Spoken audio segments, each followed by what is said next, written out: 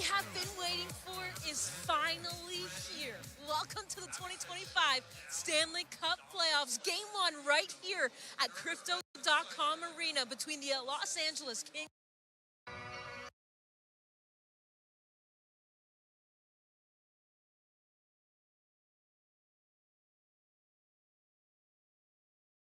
You. This is Rogers Game Night on the Oilers Radio Network. A resilient group. First round series between the Edmonton Oilers and the LA Kings has arrived. Playoffs is another level. Loud, fans go crazy, and it's a huge advantage for us. They push us, and we're excited to get there. A different breed in the playoffs. Hey, just take him off! Out! You know, we are a very, very resilient group, and we're not going to quit, ever. It felt like the whole building was shaking. I hate the Oilers too, so it's just part of the game. Join the club. Nice job, good start. Every little bit you get on the ice, nothing's easy, and it makes the goals feel rewarding. One of the big reasons I wanted to come here, the market and how passionate fans are, and to experience it firsthand. This game is over! I think they'll just have their B squad in trying to hurt us, so that's what I'm thinking. Just the intensity in the rink, it's one of the best feelings.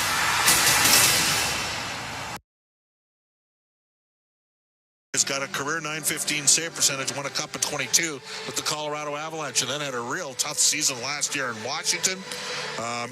After signing a big deal there, got traded here for LA, and he has been fantastic. Out of town scoreboard, Pizza 73, the official pizza of the Edmonton Oilers. There is a total of 4 minutes left in the third period, and the Winnipeg Jets are up 2-1 over the St. Louis Blues, looking to go up 2-0 in their series. Meanwhile, the Montreal Canadiens rallied from a 2-0 deficit. They forced overtime in Washington, game 1 of their series tonight. No score in game 2, first period between Colorado and Dallas. Colorado wiped them out 5-1 in game number 1 in Big D in Dallas. Colorado, Chris McFarland was very busy. Those are two well-run franchises. Of course, the Oilers and the LA Kings game 1 tonight. Bakersfield Condors season came to an end on Saturday night, and they crushed Henderson 8-3. Noah Philp had a hat trick and 4 points, finished the year with 19 points. Matt Savoy had 3 points, and he ended up with the best plus-minus in the league amongst all American Hockey League rookies. Had over 50 points this season. Very good year. I would expect those two guys to compete for NHL jobs next season. Legacy Heating and Cooling. Who's hot and who's not? Legacy Heating and Cooling. Home and no payments and no interest for a year. Will tell you that Connor McDavid has 36 points in 18 career playoff games against the LA Kings.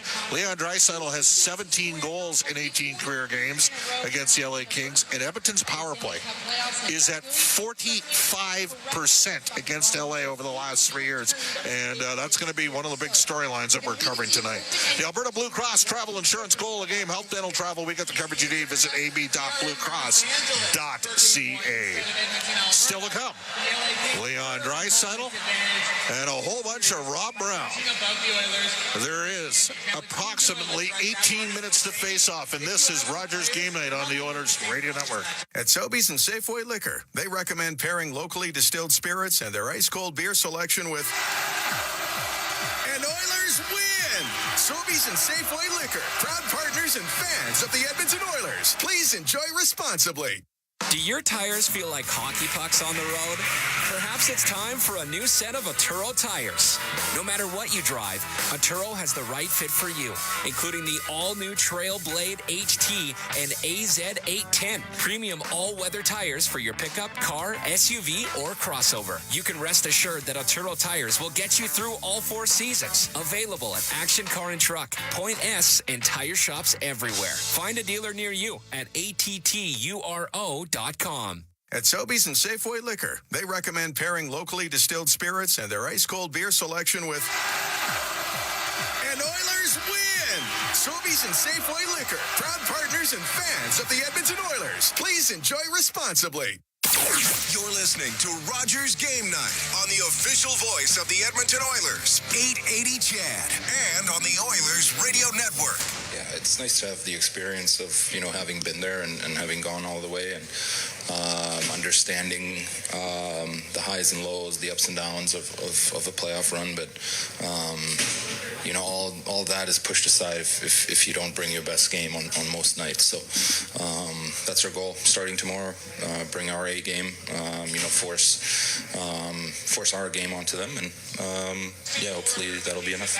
All right, welcome back, everybody. That is Leon Draisaitl, won the Rocket Richard Trophy this year with 52 goals, even though he only played 71 games. Missed the final 7 games of the year. Nobody else in the league got over 50. Nobody else in the league got over 45. Nylander was second with 45 goals. Bob Stauffer in Los Angeles, Crypto.com Arena. Cam Moon is with me, along with our Inside the Game analyst, Rob Brown. And Rob, we will first of all start with you. The Oilers and the LA Kings for the 4th straight year. Leon Draisaitl talked about that experience going to the Stanley Cup final last year. This Oilers team did not start the regular season well. They did not start the post-Christmas break well. They did not start the post-Four Nations face-off well. Is that concerning, or is this a veteran squad, the oldest team in the league, that knows that now's the time to ramp it up? How would you assess matters from your perspective? Well, I don't think I would worry about what they did previous. As you've alluded to a few times, this is a different Oilers team. We still haven't seen the true Oilers play yet because they haven't all played in a game since they've made some moves with the injuries and whatnot. So I wouldn't make a whole lot of it. There are some concerns for the Oilers. No Ekholm is huge. Having players coming back off layoffs of extended time without playing, that's a little concerning. But the positive is they're playing against a team that they're in the minds of.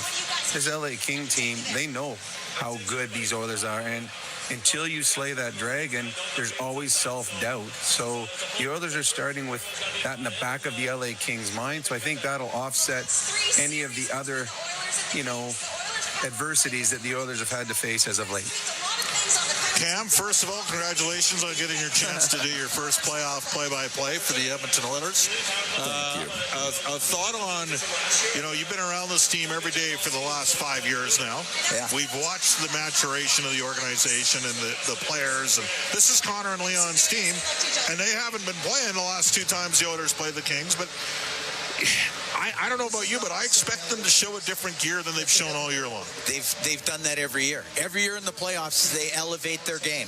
And you look at their playoff numbers, and it totally bears that out, that every time you get to the postseason, those guys take it up. And I realize, yes, they've been out of the lineup. Connor came back, got a couple games in. Leon hasn't been back, but now back in. I don't think that's going to matter. These guys, from the disappointment of losing Game 7, you have to wait the summer, the preseason, the entire regular season to get all the way back here. It's a long road back. It's a grind, but they're here now, and this is what they've been waiting for. So I'm with you. I think they'll bring their best games. Rob, you said something. You said, you talked about being in their heads. Can you be in the heads when it's a completely different team for both teams? Yeah, because there's enough on both teams that have been in these series. And the core of the LA Kings, their best players have been through the disappointment of losing to the Oilers. Doughty's talked about it. Now, they have a confidence that they're a better team this year, and they are. They have a confidence because they have a really good goaltender, and they do, and home ice.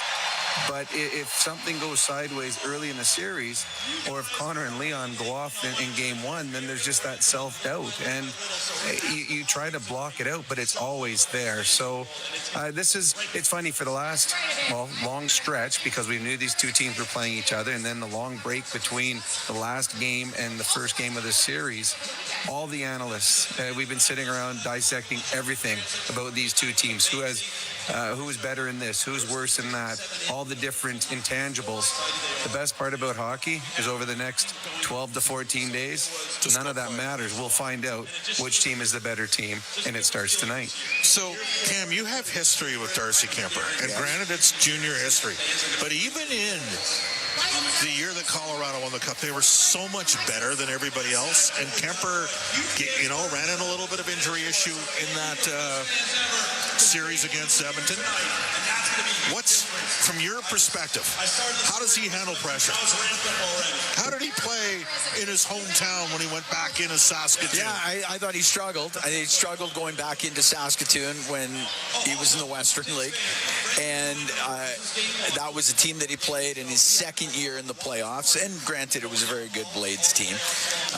But I think there was some struggles there. And then the next year, which he got to the second round against Medicine Hat and then got into injury issues, and that was that. But his time through the 3 regular seasons was incredibly strong and put up huge numbers, and then catapulted his way into a pro career that has gone quite well for him. And again, getting a Stanley Cup with the Colorado Avalanche and having a really good year this year. And part of it is the way the Kings play. You know, the way they play the game is going to be beneficial for most netminders. Your numbers are going to bear it out. They don't give up a lot of grade A chances, and they don't give up a lot of shots generally. They suppress all of that and make it difficult to get through the neutral zone, make it difficult to get shots from the slot area, which I think the Oilers saw over the course of this year, at least in the first 2 games. The last 2 games, I mean, you can't really put, I know you talked about that earlier, you can't put a lot into that given the way the lineups were. But Darcy's had a good year here with the Kings. I think of the 4 years these 2 teams have hooked up in the playoffs, this is their best goaltender. Okay, and all that being said, Rob, last year David Riddick was .921 on the year, and Cam Talbot was .913. Sure. They had the better goaltending statistical-wise last year going into the series. I think we all agree Darcy Kemper is better than both those guys, but, you know, Kemper was .922 this year, Riddick was .921, and Talbot was .913 last year, and the Kings had the second best penalty killing in the league last year, Rob, and the Oilers scored 9 power play goals in 5 games. They did, but the LA Kings were horribly coached special teams-wise last year in the playoffs. That was the worst penalty killing. Yeah, but they were second in the regular season. Yeah, but then, well, I don't know if they changed for the playoffs, but they became a passive penalty killing unit. You can't do that against the Oilers. We saw it in the last couple games. Much more. Yeah, and you have to. You cannot be passive against the Oilers. That's allowing Connor and Leon to pick you apart. So I believe their penalty killing will be better this year in the playoff. It has to be, because they cannot be as bad as they have been. Whether it's good enough to win a series, I don't know.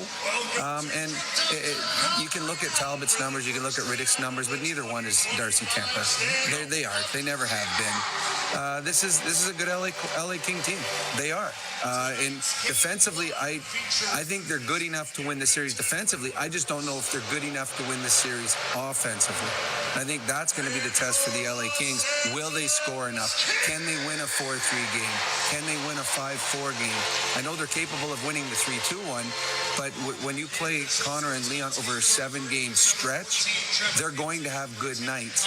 And are you, as an LA King team, as good as you are defensively, are you good enough to overcome the nights where Connor and Leon have good nights and win 4-3 or 5-3? That, to me, is where the Edmonton Oilers will have an advantage. I don't know if the LA Kings can score in those games. All right, there's another thing I want to talk about, and I want to talk a bit about the guy in between the pipes for Edmonton, Stuart Skinner, because he took a headshot by Mikko Rantanen and took 3 weeks off. He did not get a lot of work in either of the 2 games. The Oilers limited Winnipeg to just 19 shots on goal, San Jose to just 18. But early in both games, the Oilers gave up some chances, Cam, and Skinner was good. Yeah, I thought he was sharp in both. Yeah, first periods in both those games, they leaned on him, and he was there. And we have seen it time and time. When Stuart's had struggles, he gets a bit of a reset, and he comes back and he plays really well. He's been very good at that. Unfortunately, he's needed some resets. And hey, that's how it goes sometimes. You saw it last year against Vancouver. And Calvin Pickard comes in, plays a few games. Stewart comes back. He's unbelievable against the Dallas Stars in the Western Conference Finals. So great to see him have that. I mean, you can only do what the amount of shots you're dealing with. You can only deal with what you can deal with. And yeah, he didn't get a lot of work in those 2 games. There's nothing he can do about it, but he was very good in both those games. He'll need to be good tonight. Rob, Jeff Skinner plays his first playoff game after playing 1,078 regular season games, the most in NHL history. Trent Frederick will play his first game. He got into 7 minutes against the Kings in here 3 weeks ago.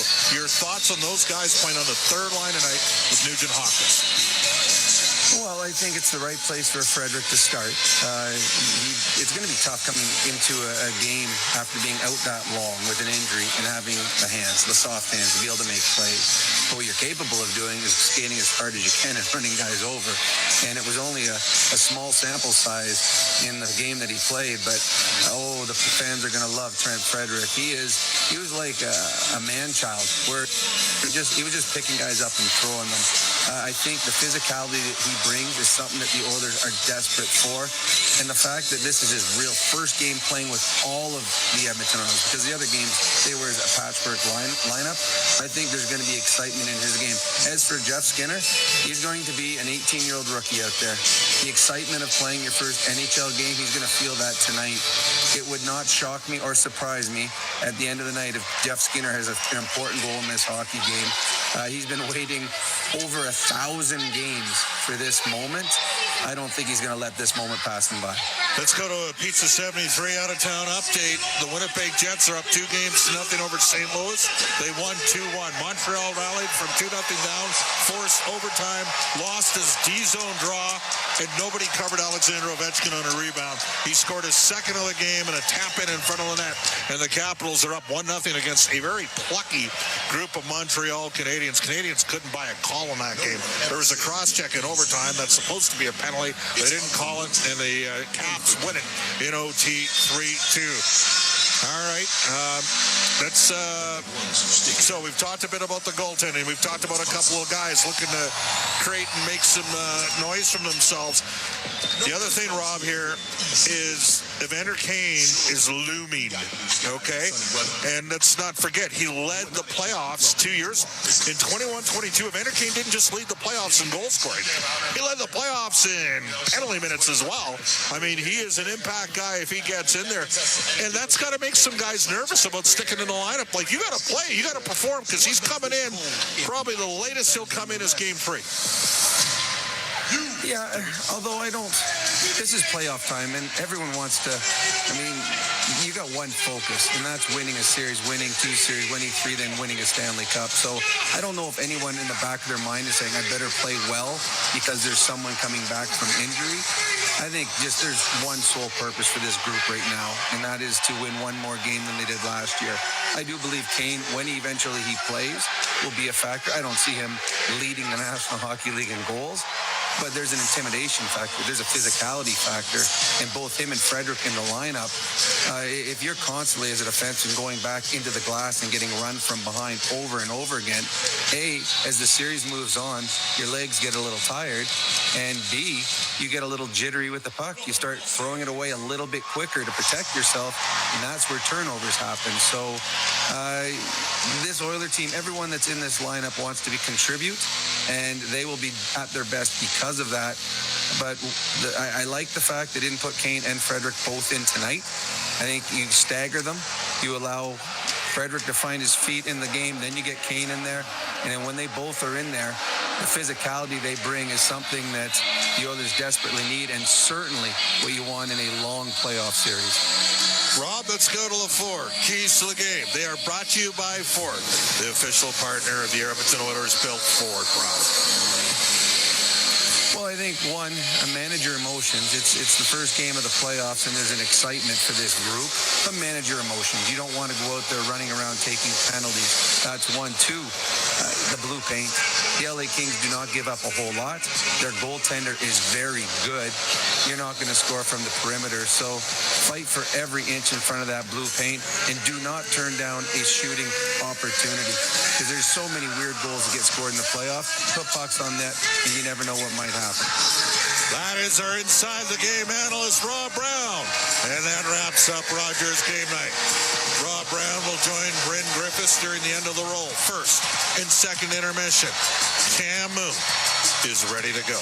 It is the Edmonton Oilers, the LA Kings, Game 1 live from Crypto.com Arena. Up next, for 4 Dealers NHL Hockey on the Oilers Radio Network. Hey, Edmonton. Big moves need big talent, and AMJ is your go-to partner. For all local residential and commercial relocations, AMJ delivers a smooth, stress-free experience. AMJ, your team for every move. Contact your local branch today.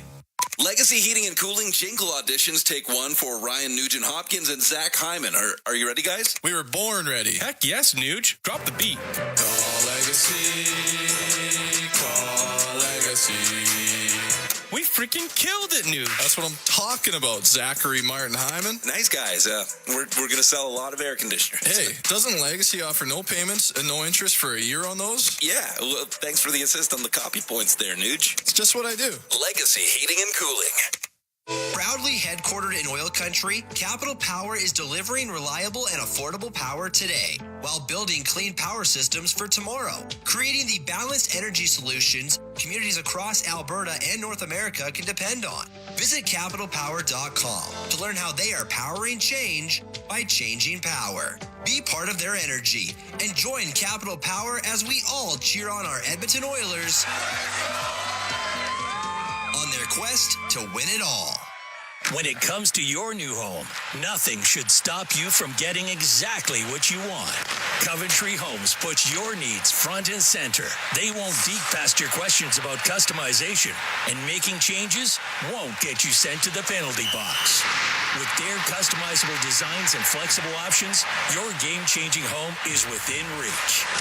Score big with flexibility. By Coventry Homes, the official builder of the Edmonton Oilers. Hey, Edmonton. Big moves need big talent, and AMJ is your go-to partner for all local residential. Major Keenan Kunst of the United States Army. On behalf of the Los Angeles Kings, we thank you for your service and dedication to our country. Here to perform the Canadian National Anthem this evening, accompanied by Kings organist Dieter Ruhl, please welcome season ticket member Hannah Davey.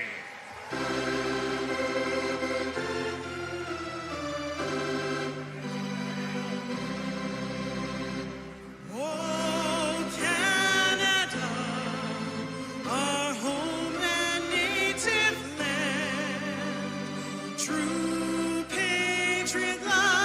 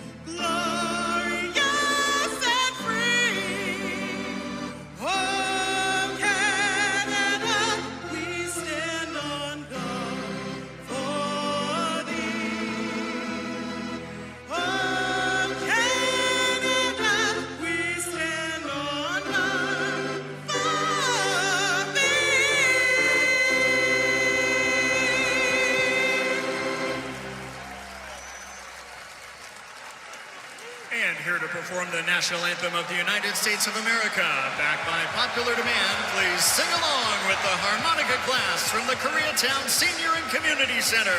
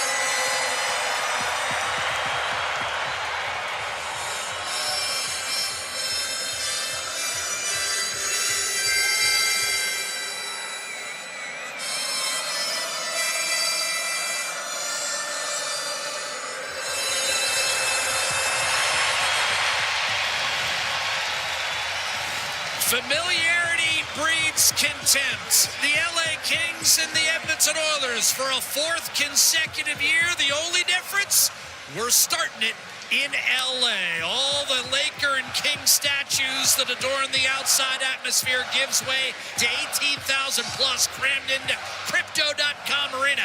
And that man, Stuart Skinner, outstanding lifetime numbers against LA. 7-3 in the playoffs, even better in the regular season with a .941 save percentage. He shut out the Kings the last time he saw them in January. But that man, Darcy Kemper, outside of Connor Hellebuck's, no one has had a better season than Kemper. He's right there, second in goals against, third in save percentage, fourth in shutouts, and he's won a Stanley Cup. The big news on the Edmonton side, yes, Trent Frederick will play his second game as an Oiler.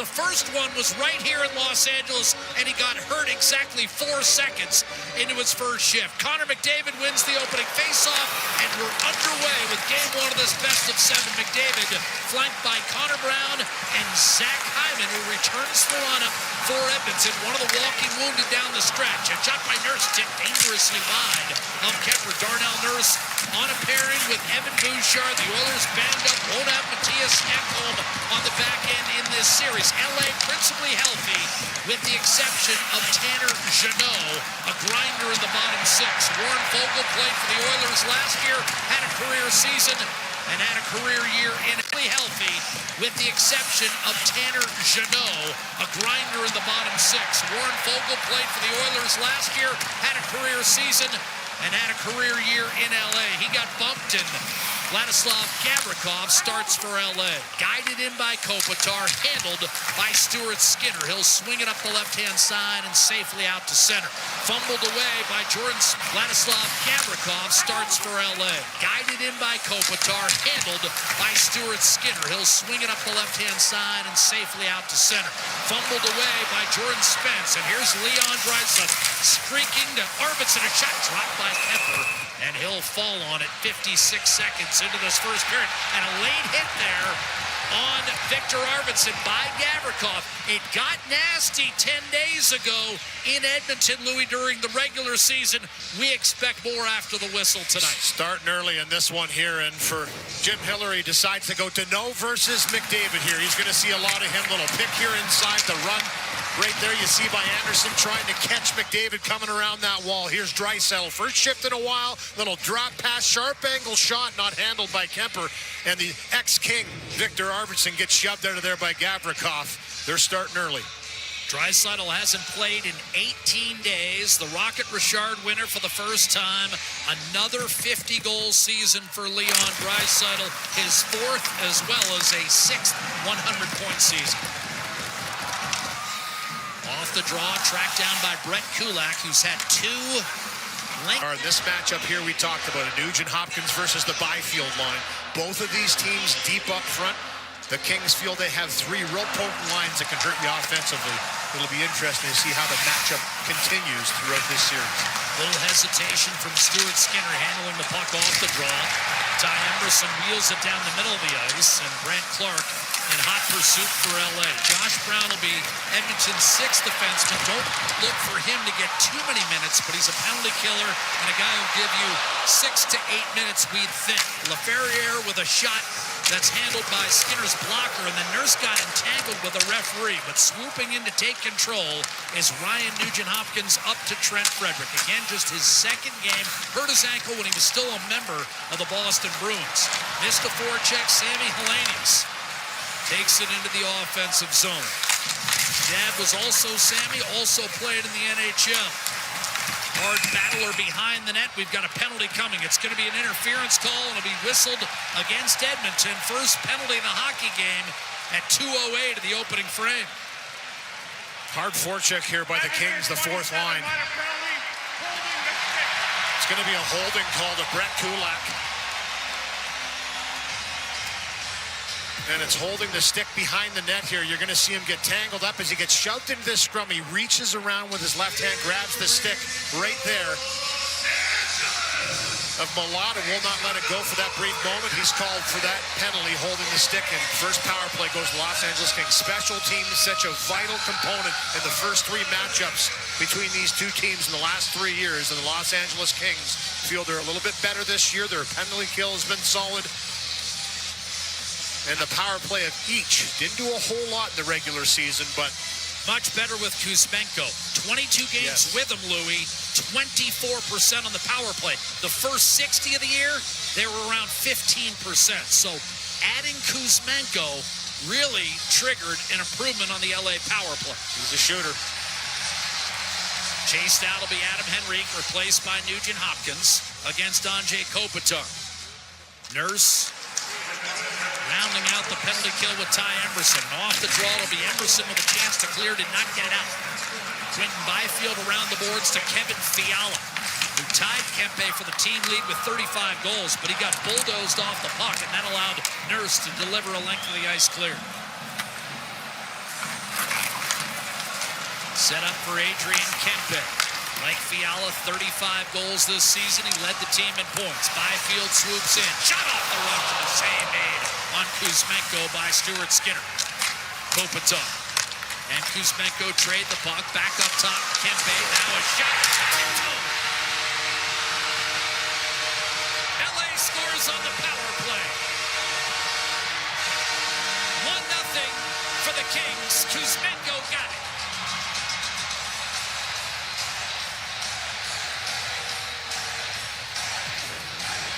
Well, he's meant so much to this team since coming on board on the top line with Kopitar and Kempe, but you mentioned it, Jack, the power play. They've got 5 forwards on this first unit. That's a big difference for them, and they snap this puck around, a shot mentality. This is a shot pass right onto the tape of Kuzmenko. He's ready for it. Gets in position. You're going to see him eventually move himself to the front of the net, stand his ground, and Kempe with a great shot pass puts it right on the tape. He makes no mistake from there. A little chip into the net. 1-0 LA. And what's so dangerous about that alignment is you've got to respect Byfield in the slot. So Kuzmenko is able to sneak back door and be wide open. Draisaitl punches it up the left-hand boards. Icing's going to be waved off. Kemper will whip it around. Bouchard couldn't get a touch on it. So that revamped LA power play able to convert. Be waved off. Kemper will whip it around. Bouchard couldn't get a touch on it. So that revenge. And Draisaitl, who, as you noted, was just flying during the warm-up, easily reeled in Philip Deneau. Safe to say he's got his feet underneath him. Hyman battling Mikey Anderson down low. Tripped up Downey. Carried up the right-hand side. On the move, Kuzmenko tried to center for Kopitar out of his reach, picked up by Kempe. Here's Kopitar, dishing on, drives, fast redirected, dangerously wide by Kopitar. Fiala and Kempe with the helpers on the power play goal for Andrei Kuzmenko that has given LA a 1-0 lead. Hacked by Kopitar up to Kuzmenko. And from center, he'll locate Kempe. Back is Wallman, a shot blistered high. Off the plexi, handled by Kopitar down low, and Emberson's going to be first on the puck.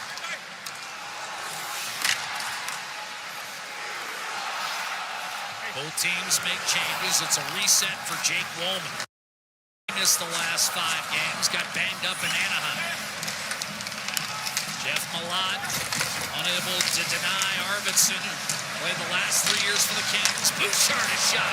Save made by Kemper up near the top of his blue paint with Podkolzin close by, and again some rough stuff. Yeah, good shot redirection by Podkolzin on Kemper. He makes his best save of this first period. Here's the goal again, and it's Fiala with that quick reaction once he gets this puck. He's such an excellent shooter. You have to respect the fact that he can bring that puck to the net, and he finds Kuzmenko. Here's the shot pass by Bouchard. Podkolzin gets wide open in front of the net and gets a big piece of this one, but it deflects into Kemper, who's in the right position to make that save. But still right where you want to be if you're Podkolzin. Draisaitl. Face off to Kemper's right-hand side. Kemper faced Edmonton in the 2022 conference final, but left game 1, having given up 3 goals on 16 shots. The Avalanche survived a wild one, 8-6, and ended up sweeping the Oilers behind Pavel Francouz. Kemper then returned for the final when Colorado beat Tampa to win that cup. Off the draw, here's Quentin Byfield. Playing center this year. Last season he was on the wing. Threw it around the boards. That's taken by Victor Arvidsson. He'll scamper down the left-hand side. Fumbled by Podkolzin, and that costs Edmonton as it's an offside against the Oilers. Sometimes it pays to be a bad fan. Every game is your game. We bet with Sports Interaction.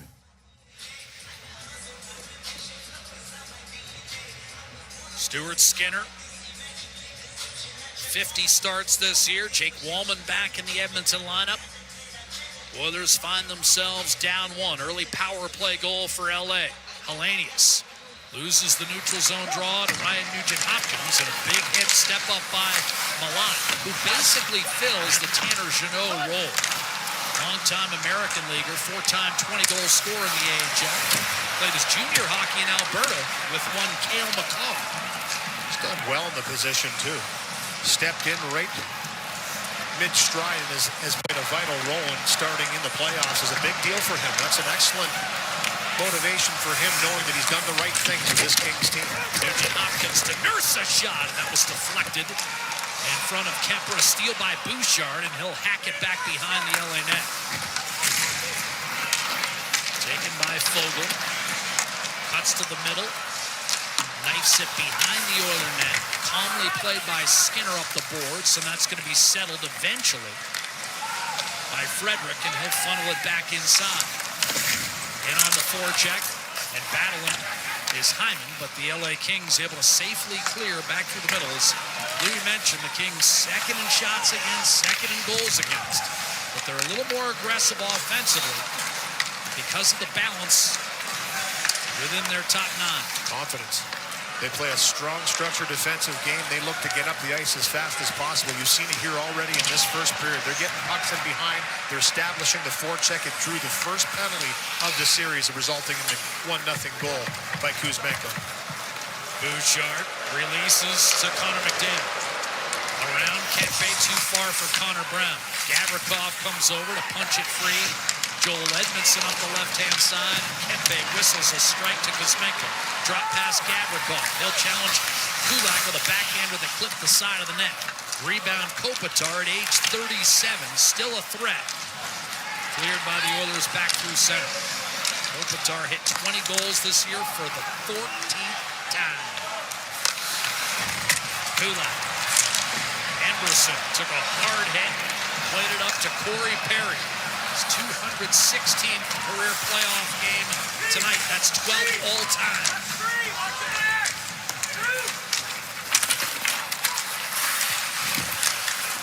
Here's a dish behind for Janmark. Flipped it around for Bouchard, then back to Perry. A shot pinballed off the side of the net is Henrique in scoring distance. We're going to have a boarding call against Drew Doughty. Roughed up Janmark, and officially, it's a cross-check, but the 35-year-old Doughty will head to the box, and Edmonton will have an opportunity to answer LA's power play goal with one of its own. Janmark, hard work along the end boards, got powered into the wall by Doughty. Kuzmenko and Fiala exchanging congrats. It's LA early.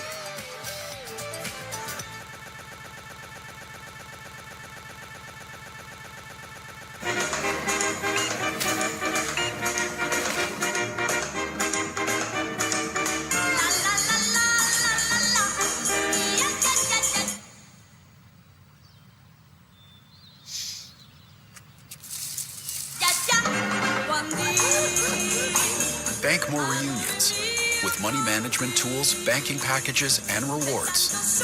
Scotiabank.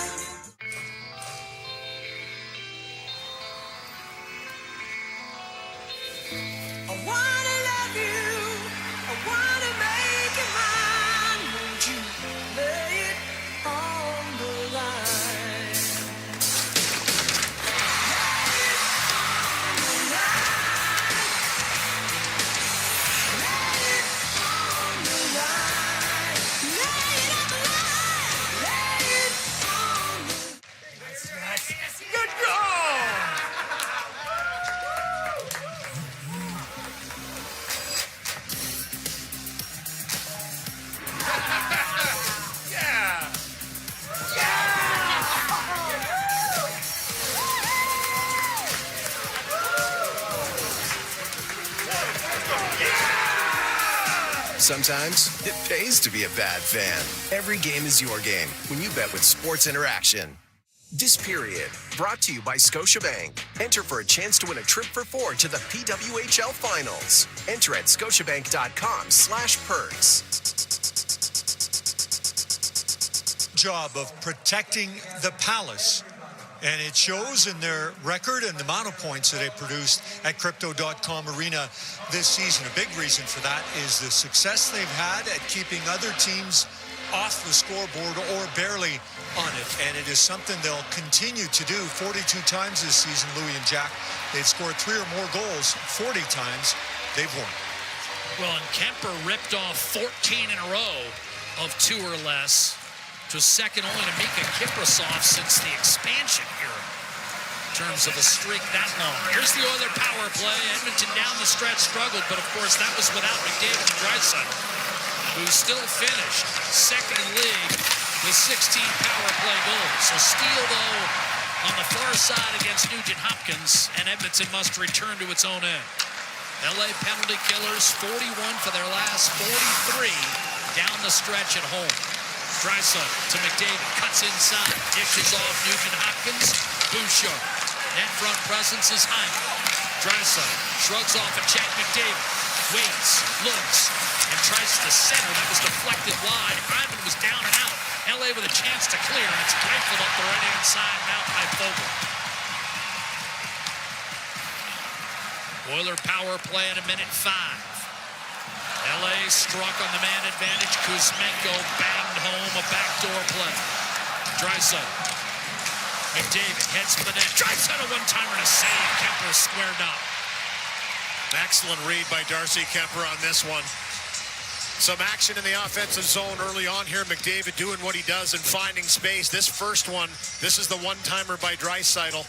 Swallowed up by Kemper. But you can see how efficient and potent the power play for the Edmonton Oilers has been in the first 3 matchups in the last 3 years against the Los Angeles Kings.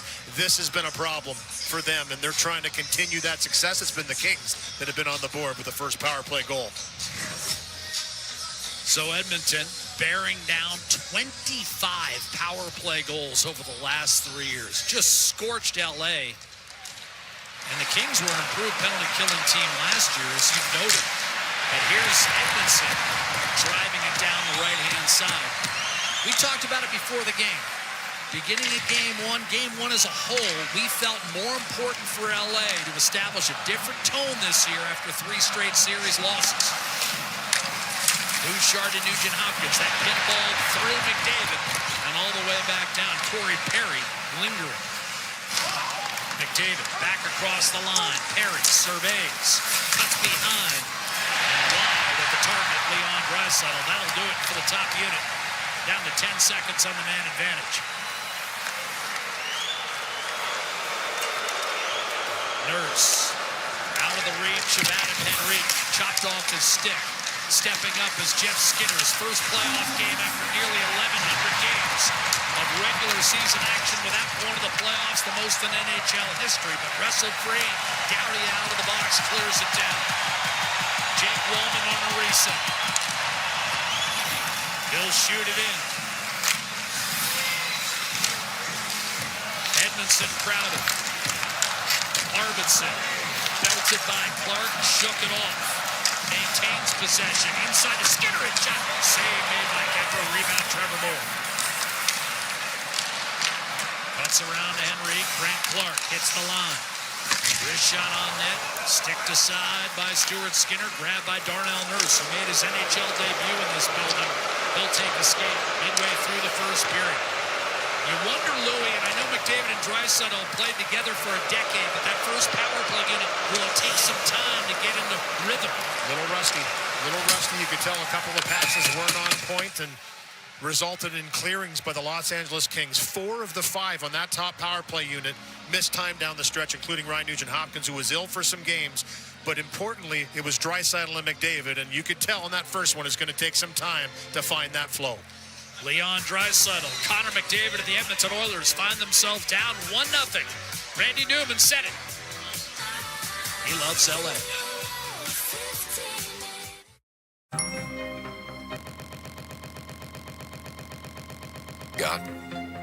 someone's got more. And someone's got more than that. More to spend. More places to go. And just when you think there couldn't possibly be any more, you realize there's more to life than more. You're richer than you think. Scotiabank. Body Armor Hydration Drink. With electrolytes, natural flavors, natural sweeteners, and no colors from artificial sources.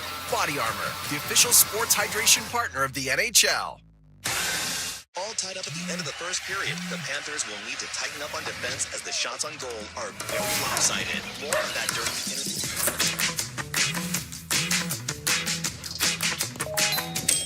Hey.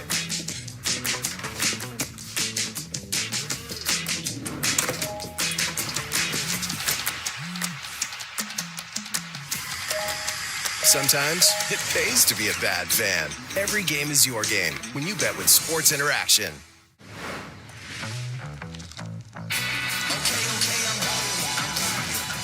The union of fruity, sweet, gummy, and tangy crunchy nerds. Nerds Gummy Clusters, so you can unleash your senses. Now available in... Here's some of the plays in that last power play by the Edmonton Oilers. You can tell just a little bit out of sync, but also you're going to notice the pressure of the Los Angeles Kings. They know that this power play has hurt them in the 3 previous series. It's won the series for them, let's face it. It's been the power play of Edmonton that's been fantastic, a much more aggressive penalty kill, but the Los Angeles Kings in some of these passes just a little bit off for Edmonton, not in tune, and couldn't quite find that really solid chance they were looking for. Draisaitl with the 1-1-timer was the best chance, and Kemper had the solution for that.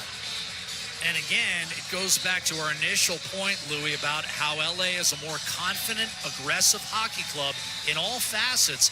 Last couple of years, you and I noticed they would try to nurse home 2-1 games. Jim Hiller talked about that yesterday, and, I asked him, I said, sometimes when you had the lead, you can't sit back against this Edmonton team with the firepower they have. And he said, we know that, we've addressed it, and to a man in that dressing room, they understand they have to be on their toes against Edmonton. This is a series that they have to pressure a team that likes having the puck on their stick. Bouchard, having tipped a pass away from Quentin Byfield, now finds Connor Brown. And it's a reload for Edmonton. Coming up on 9 minutes to play in the first period. The difference in the game, a Kuzmenko power play goal. With Kuzmenko, the Kings went 17-5 down the stretch. McDavid hits Nurse to the middle. A backhander redirected. Wound up going off Mikey Anderson, kept alive by Hyman.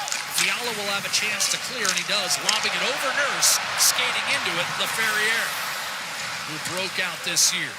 18 goals through a backhander, sharp angle, save, Skinner, rebound, Kuzmenko, and Kopitar wide open, couldn't get it to him.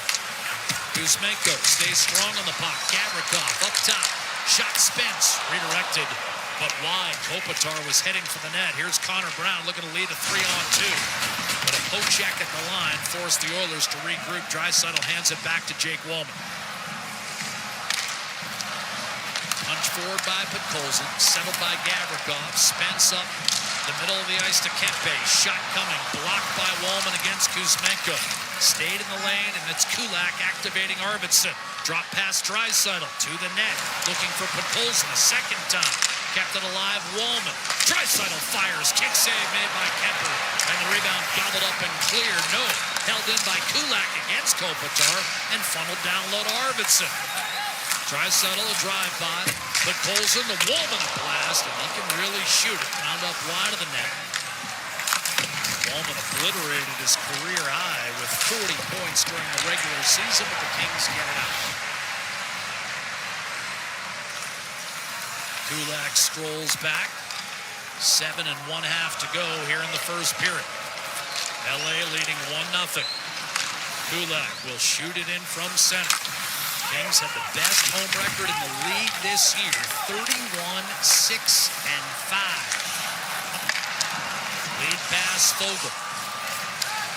It's also a franchise best record at home. Flipped in front. Skinner did not get it out. Fogle tried to put it down low. Nurse jostled by Deneau. Trevor Moore ducks inside. Puck squirted out into the slot. Fogle shoots and a save made by Stuart Skinner. Rebound to Jeff Skinner. And he'll scamper to the red line. eventually get it across the LA Blue. Clark over to Edmonton. Shows how important it is for Edmonton to make sure they're getting pucks out of the zone cleanly. One little turnover and the Los Angeles Kings can make a play in a hurry. Henrique to Janmark, driving toward the net. Out wide on Doughty, banged it off the side of the net. Kemper did not close up on it, and now the play is whistled down with Henrique sitting in the blue paint. Well, Connor McDavid's going to see a lot of attention in this series, and for LaFerriere, him and McDavid have had a few run-ins before. This is a pretty good cross-check as he makes the move around him, catches him a little bit under the ribs, but he maintains possession and finds that play into the offensive zone. Nothing that McDavid isn't used to, but in a playoff series like this where everybody hits, everybody looks to take that run at someone, and especially the top players of the opposition. Getting the face off a line. Bouchard. Connor McDavid. Averaged 2 points per game against LA. Against Byfield, shot up top, speared by Kemper at the expense of Evan Bouchard. Good example there of the urgency and just why the Los Angeles Kings were the second best defensive team in the National Hockey League. Obviously, this guy right here had a big part of that, but you're going to see how hard it is to get to the inside. And it's the tracking and pushing to the outside, allowing that lane to be clear. Right there, you can see Doughty says, no way, you're not getting to our goaltender. They're going to build a wall, and it's going to be up to Edmonton in this series to penetrate through that wall and get to the inside, make it more difficult for Kemper. He lost just 3 games all year in regulation at home. Draisaitl won the face-off, now Bouchard. McDavid cuts to his left against Anderson, a shot, and that's a routine stop for Kemper as Hyman once again was battling for that net front area with Doughty. A little extra verbiage by Doughty. Yeah, this is what it's going to be like this entire series. Nice inside move by McDavid to shed Anderson for that split second, and then throws a little floater into the mix. But look at this. Again, I'm staying on the inside. Doughty says, try and get to me. Hyman's a guy that doesn't usually get deterred too easily, and he'll continue to try and barge through. That'll be a good battle. Do you get the sense Doughty feels some urgency as he and Kopitar push into their late 30s? Yes, I do. And he said the same to you. You asked him a great question. Is it a little different when you were younger than now in the playoffs? And he looked up and said, hey, I'm not getting any younger. And I know that winning 2 Stanley Cups early in my career, it's been a long time. In 10 years, they haven't won a playoff series since that 14 Cup. So he says, I get a little nervous now even, which you didn't think Drew Doughty got nervous about anything, but he said, I'm getting nervous about these playoffs now because I don't know how many more runs and opportunities I'm going to have and our team's going to have. But the grizzled veteran now, 17 years in the National Hockey League, he looks forward to these games, and that's the record there after the 2014 Cup. Their second Stanley Cup in 3 years, 12 and 14, hasn't been kind. But this year in the regular season matched a club record for wins and points. Here's Brown, shot and a stick. Points 105 went all the way back to the 1975 club, where Yogi Vachon was their goalie. Here's Leon Draisaitl. Peering inside. Boxed out for McDavid rather. Here's a drive, and that was sent wide. Boy, stepping up, Wallman just missed the net, but McDavid and Draisaitl getting a 5-on-5 chip together in the offensive zone.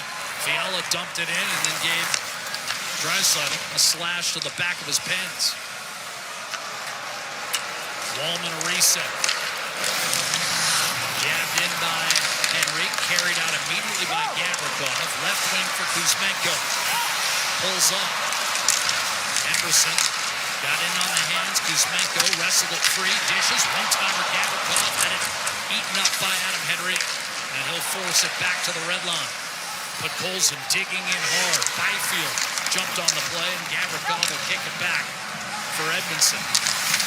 Who played with Kulak on that Montreal team. They went to the final in 2021. Kulak with a steal, and he and Emerson will fall back into their own end as Nugent Hopkins lets Emerson quarterback. A dart down the middle. It ricocheted off a skate. Hellenius didn't get it in deep. Turcotte hovering. Frederick took it away from Malott. Anderson went rink wide to Edmondson and back to Malott. He'll dump it in. Kulak attempted a hard rim, but that got throttled. Hellenius Four-player scrum in the corner. Milan battling. Well, he had scored his first ever NHL goal a couple of weeks ago in this building against Edmonton. It was taken back for an offside. Jeff Skinner will send it in deep. Here's Doughty. Hard hack by Anderson. Reaching for it, Turcotte. Kept in, Doughty. This is the first 47 games this year. Doughty with that ankle injury says, look, it's not going to get any better, but I can play on it, and I'm not missing this opportunity. Sent in by Deneau. Batted down by Bouchard, didn't get it out. Moore to Deneau. Pass tip, Edmondson a shot, blocked by Nurse, and cleared right in front of the Oiler bench. Gathered by Moore. Deneau tried to break through, but McDavid was able to shield him from that puck and eventually gained possession. Fogle took it away. Carried in, and eventually he'll send it down low. Bouchard to play it in the corner. Carve free, Darnell Nurse. Bouchard the outlet to Connor Brown, who got hot down the stretch. He'll fling it in deep. Kemper looking for Fiala. He's got him. Brushed by Byfield, but held in by Draisaitl. Anderson. Dart broken up by Podkolzin. Kulak gave it back to him. Shoveled down low. Defending is Edmondson. Takes it away. And golfs that one up the right-hand side. Wallman first to reach the puck against Laferriere with 2.5 to go. Big question mark, Wallman, just trying to nurse an injury into the playoffs here, and he looks like he's starting to pick up a little bit more pace each and every shift that he's on the ice. Good sign for Edmonton. Obviously down Matthias Ekholm for this first round. That'll be a big addition. Draisaitl a steal. Arvidsson open, tried to center, and that was eaten up. Going belly down to make the play was Drew Doughty. Arvidsson had a shot available, tried to center. Here's Kempe the other way. Drop past Kuzmenko. Centering pass, and it never got there. Otherwise, Kempe had a tap in. He thought he did. He thought that puck was going to make it through, and somehow it didn't. I think it was a stick at the last second, or else that would have been 2-0 Los Angeles. Chances at both ends. Edmondson rifles it up, looking for Moore, who grew up about 25 minutes from here. At least if he catch good traffic. Here's Corey Perry in from the right-hand side. Deneau trying to wrap him up. Fogle couldn't get there. One-timer Kulak, and that stayed out.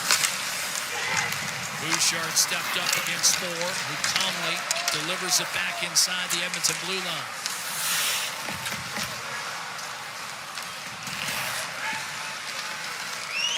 Kulak under control. Hits the red. Fires it in. Doughty thought he had hit the curved glass. Officials feel otherwise on a big hit. Kulak watches as Wallman absolutely leveled Laferriere. That's the biggest hit of the period. It was a close one, too, because he was spinning. Second one. And he drove him. He got sandwiched that time. He drove him right into Frederick. And Frederick's not going to go anywhere. Skinner thought he was slashed. No penalty was called. Pipe developing in this game as you've got a 4-player scrum in the half wall. Skinner getting worked over. Anderson over to Doughty. Loads. Fires. Save made. Rebound. Byfield backs it home. 2-0 Los Angeles. Quentin Byfield.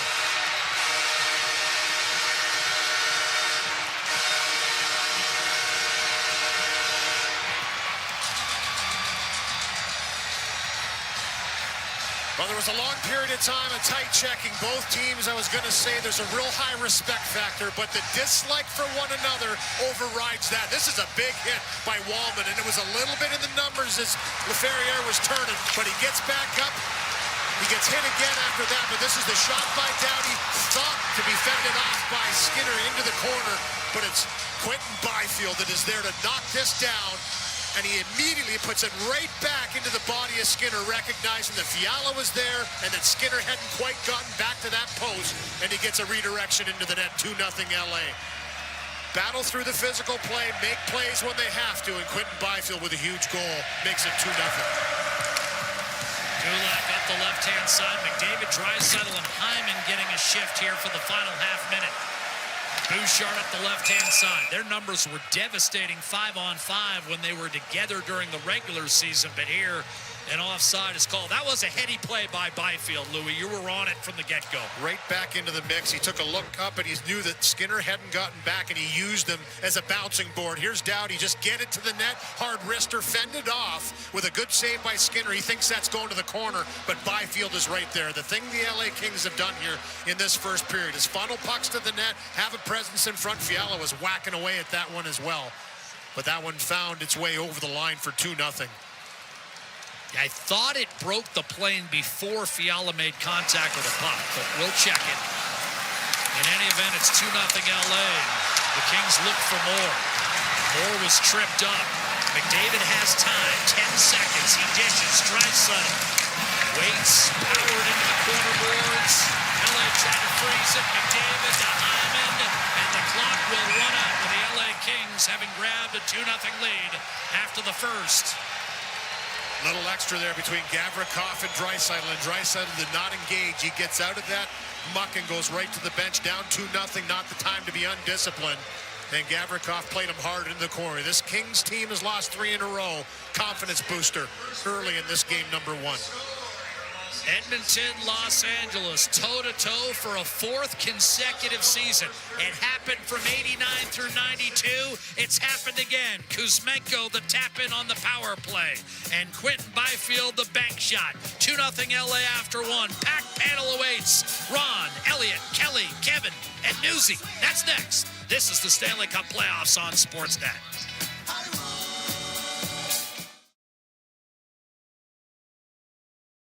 Bank. Enter for a chance to win a trip for 4 to the Stanley Cup Final. Enter at scotiabank.com/perks. With so many KFC finger-licking good deals, each under $5, not everyone's happy, but you will be.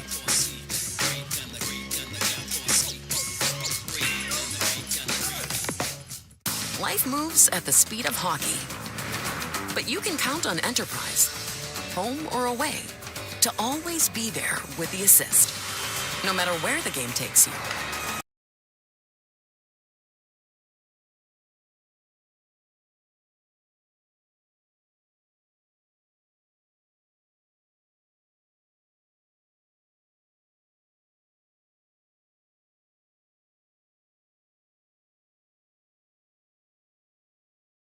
Information. Parklandscaping.ca. Stay connected with your community and enjoy the latest updates and exclusive access to concerts and events by becoming an 880 Ched Insider. Don't miss out on a single moment. Sign up now at 880ched.com and click on Ched Insider Newsletter to become a vital part of Edmonton's premier news and talk community. 880 Ched, Edmonton's news, today's talk, where Edmonton stays informed and entertained today and every day. Today you can score at A&W. Enjoy a juicy grass-fed beef mama burger and fries for only $5. Available in-store or on the A&W mobile app at participating locations in OilCountry. This fantastic deal is available all day today at A&W. At the intermission, brought to you by End of the Row Flooring Centers. Let's get flooring. More as it comes free into the slot to Fogle. The shot in the left pad saved by Stuart Skinner.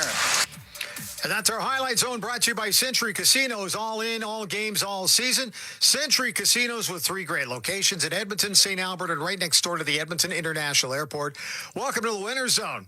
Welcome to the first intermission. After 20 minutes of play, the Los Angeles Kings lead the Edmonton Oilers 2-0 in game number 1 of this Stanley Cup playoff. Bryn Griffiths along with Rob Brown with you here in the intermission. Well, Brownie, that's kind of what I expected out of the LA Kings. How'd you feel about the way the Oilers played in the opening 20? They were physical. They out-hit the LA Kings quite considerably. They tilted the ice when Connor and Leon were on the ice, especially when they were on the ice together. But the one thing that we knew about the LA Kings before this game started is they don't give you any easy ice in the Oilers' offensive end. They make you earn it. They don't give you a lot of shots. And if they do give you a shot from the perimeter, as we saw time and time again, they clear the front of their net. Darcy Kemper is good. If he sees the puck, especially on shots from distance, he's going to make the save. So the LA Kings did what they needed to do in the first period. They got a huge first goal on their power play, and the Oilers probably looked a little rusty. They looked like a team that had not played together. Well, some of these guys have never played together, so it was the LA Kings were the better of the two teams in the first period, and the Oilers now have to find a way to take some of the energy that they use in the physicality to put that into a bit more of a forecheck. What about traffic in front of the Los Angeles net? The Oilers have to do a better job? Well, Can they they had get none to the front? They had none in the first 20 minutes, so yeah, they're going to have to do a better job than that. The cameras showed time and time again on the replays how many shots the Oilers had where Kemper just caught the puck, and the LA Kings wouldn't allow a Hyman or a Perry or those players to get to the front of the net. It's hard, and the LA Kings are a very, very good defensive team, and you have to earn your ice. The Oilers will need to do a better job as this game and this series moves on. But one period down, the LA Kings win period one. There are still 20 periods left in this series, and the Oilers just have to get a little bit better. What about that Los Angeles forecheck in the Oilers zone there? It seems like it's very aggressive at times, and other times it's like they're sitting back a little bit. Can you break that one down a bit for us? Well, it's all based on what happens. If the LA Kings change when the puck is dumped in, they will go into a very prevent defense where they'll just stand back in the neutral zone, and they'll try to catch you just before the red line, try to create a turnover or an icing. When they are coming on the ice and they have a chance to forecheck, they're very aggressive. It's just most teams play that way. When you come on from the bench, you don't want to give up open ice, so you just get into a prevent defense. But the LA Kings, they know that if they allow the Oilers easy access shift after shift after shift, they're eventually going to find themselves in a lot of trouble. The Oilers are down a big defenseman in Ekholm, so they have been very aggressive on the other defensemen. The Oilers are going to play four guys a lot, so the LA Kings want to certainly make them work for every pass, for every step on the ice, and force them to fatigue, become a problem. So it was a good period by the LA Kings. Well, we talked about the fact getting the early lead would be huge for them just to get a little bit of confidence going as well, right? But the other thing, though, on the Fiala knocked the stick out of Skinner's hand, and he seemed like he was lost there for maybe about 20 seconds, and then Byfield ends up banking it in. Bob was talking about the fact that Skinner's intensity level is going to have to be a little more playoffy. It was almost like it was a regular season game there, but I don't like to go after just one guy. I just thought that there was a few breakdowns there. Yeah, I don't agree with that. I mean, no. I mean, I don't look at that as a Skinner intensity issue. I think I look at that as a fantastic play by Quentin Byfield. The Oilers got caught. Yeah, the Oilers got caught. Loaded in their defensive zone so that everyone was staring at the puck on one side. When it popped out, went all the way across to Drew Doughty, he skated from the blue line to the top of the circle. And then Skinner had to come out and made the save. But the rebound, the Oilers were outnumbered, and Quentin Byfield, smart play. I mean, that's something you see Leon do a lot. You see Connor do a lot. All the time. This is a young star for the LA Kings from behind the net. I mean, you don't know exactly where to hit the goalie, but you do know that you're trying to bounce it off him and hope things turn out well for you. So, yeah, I don't find that as an intensity issue for Skinner. I find that as a great play. In all honesty, the play should have been dead because there should have been a penalty on Wallman. He absolutely crushed an LA King player from behind to start it all off. They called the penalty. There's no goal 20 seconds later. But again, it's a long series. And this is an Oiler team that has had a number of players out of the lineup for long stretches. They got a new player in, Trent Frederick, who's played a total of 7 minutes. All new lines because they haven't been able to gel as of late because of so many players out with injuries. I would have been shocked if the LA Kings didn't come out and play well. They did. Now the Oilers have to match the offensive intensity in the second period. I thought the physicality was there, but I think the Edmonton Oilers get more going, especially when Connor and Leon aren't on the ice. I think that's where the Edmonton Oilers got to create a little bit more momentum. 8-6, the shots on goal through the opening 20 minutes of play favoring the Los Angeles Kings. More shots to the net. Obviously, they've got to get that puck up front there. Well, it's easier said than done. The LA Kings just don't allow it. The Oilers had a lot of offensive zone time where you're watching, they have it for 30, 35, 40 seconds in the offensive zone, and you look at the shot clock and it doesn't change. because the Kings, they get in front of passes, they get in front of shots, they force you to shoot wide. And then a little unfortunate, there's a couple good plays that didn't find the back of the net. A wonderful play, Bouchard hitting the stick of Colson in front, but that's a good goaltender, Darcy Kemper, who came out above the blue paint so that when the puck hit Colson's stick, the deflection was just there was nowhere for that puck to go. So that was one of the few times that the LA Kings got beat to the front of the net. And what you want in a good goaltender is someone to clean up a mistake. Darcy Kemper cleaned up a mistake on that one. Okay, Rob, thanks. We'll talk to you coming up in intermission number 2. We can tell you that after 20 minutes of play, the Los Angeles Kings on home ice with a 2-0 lead on the Edmonton Oilers after the first period of play. So we'll take a break. At the intermission is brought to you by End of the Row Flooring Centers. Let's get flooring. This is your Ford dealers, NHL hockey on the Oilers Radio Network. Hey, Paul Brandt here. You know, Alberta's a special place. From the Rockies to the Plains, it's a land of hard work and big dreams. If you're going to tackle it all, you need a truck that can keep up. That's why I can't say enough about my Ford F-150. It's more than a truck. It's a partner.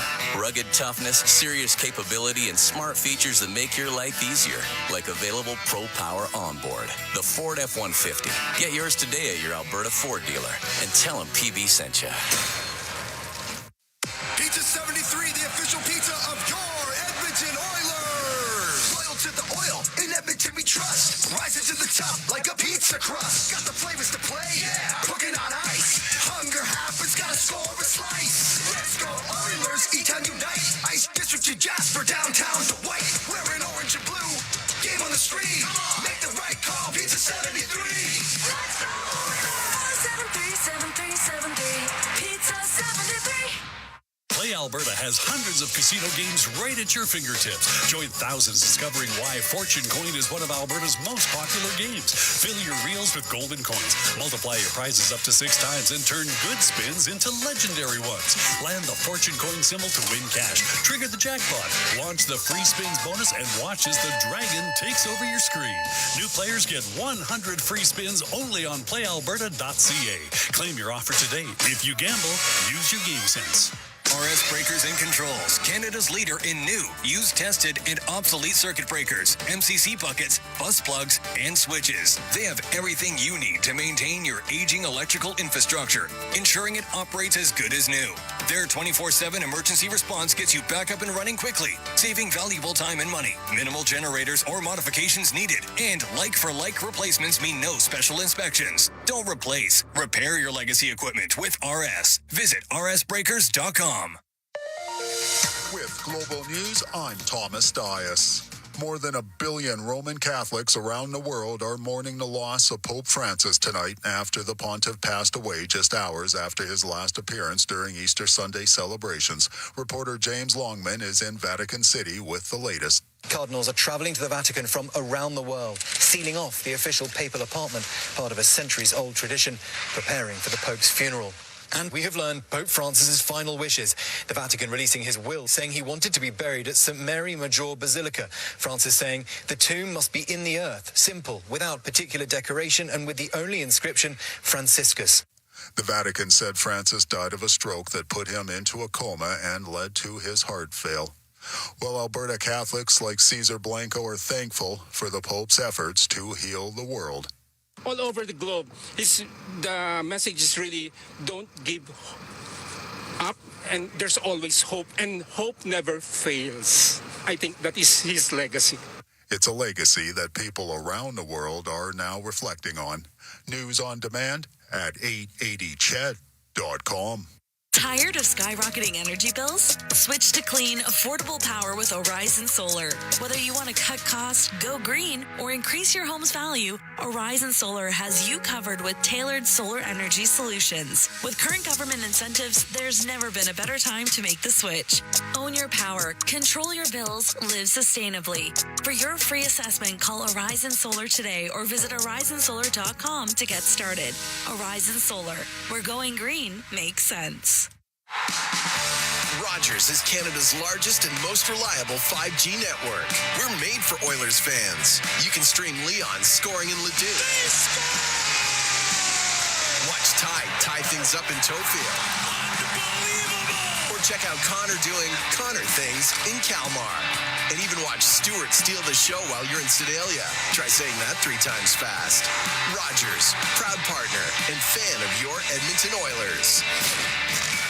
The same AI-powered technology that helps Oilers fans move through security efficiently at Rogers Place is also available for Edmonton area schools, hospitals, and workplaces. Evolve Technology, proud partner of the Edmonton Oilers and official security screening partner of Rogers Place, helps identify potential threats and create safe experiences at hockey games and wherever people gather. Visit Rogers Place to experience Evolve live or check out evolve.com for more information. That's evolv.com. Bloom Benefits offers amazing coverage that even the toughest hockey players can get behind. With excellent coverage, they offer things like massage. You want to go? Counseling services. Let's go. Dental coverage. That was not offside. And eye exams. With custom health coverage for any group of any size, Bloom Benefits make every team better, stronger, and healthier. Plans start from just $54 a month. Rethink your benefits today at bloombenefits.ca. At the intermission, brought to you by End of the Row Flooring Centers. Let's get flooring. Kings up 2-0 after 1 period of play. Let's find out what's going on around the rest of the NHL with the out-of-town scoreboard. Brought to you by Pizza 73, the official pizza of the Edmonton Oilers.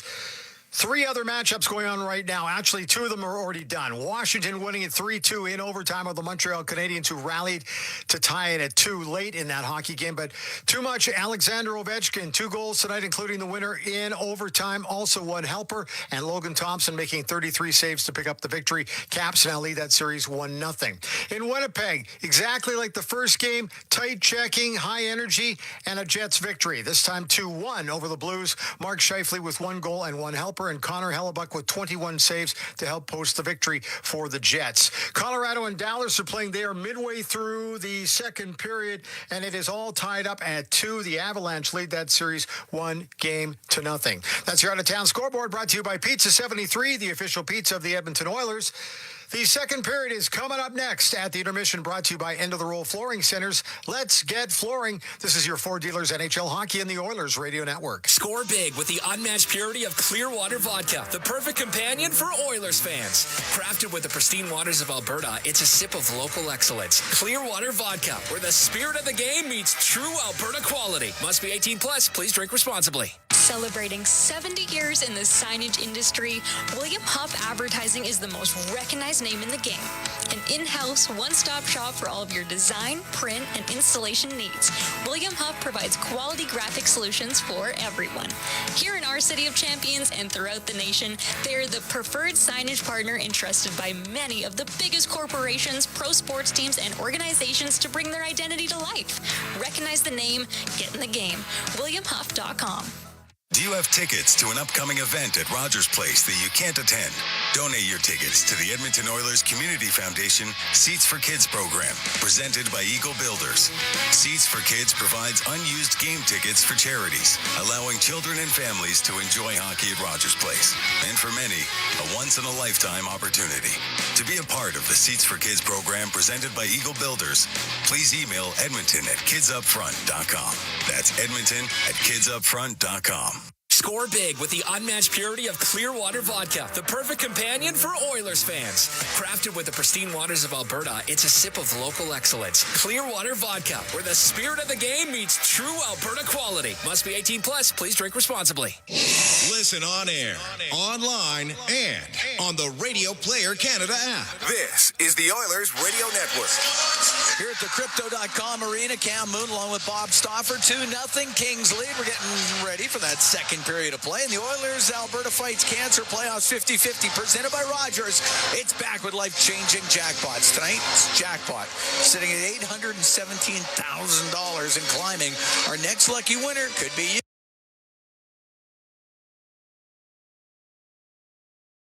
Talk about it. They've been thinking about Edmonton a lot more than Edmonton's been thinking about them, and they were ready for this first period, and they went out there and took it. And 2 minutes and 49 seconds in on the power play, it was Kuzmenko with a nice little tap in and a beautiful feed by Fiala.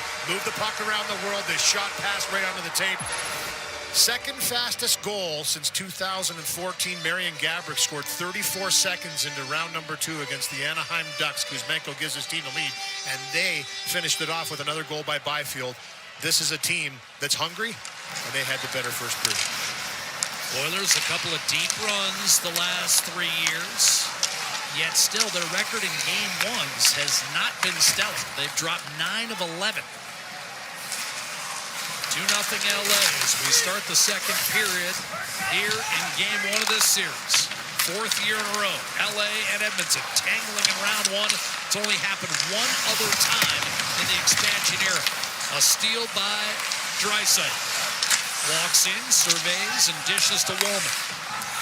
Carefully backhanded ahead for Arvidsson. That's going to be picked off by Doughty. Does not get it cleared.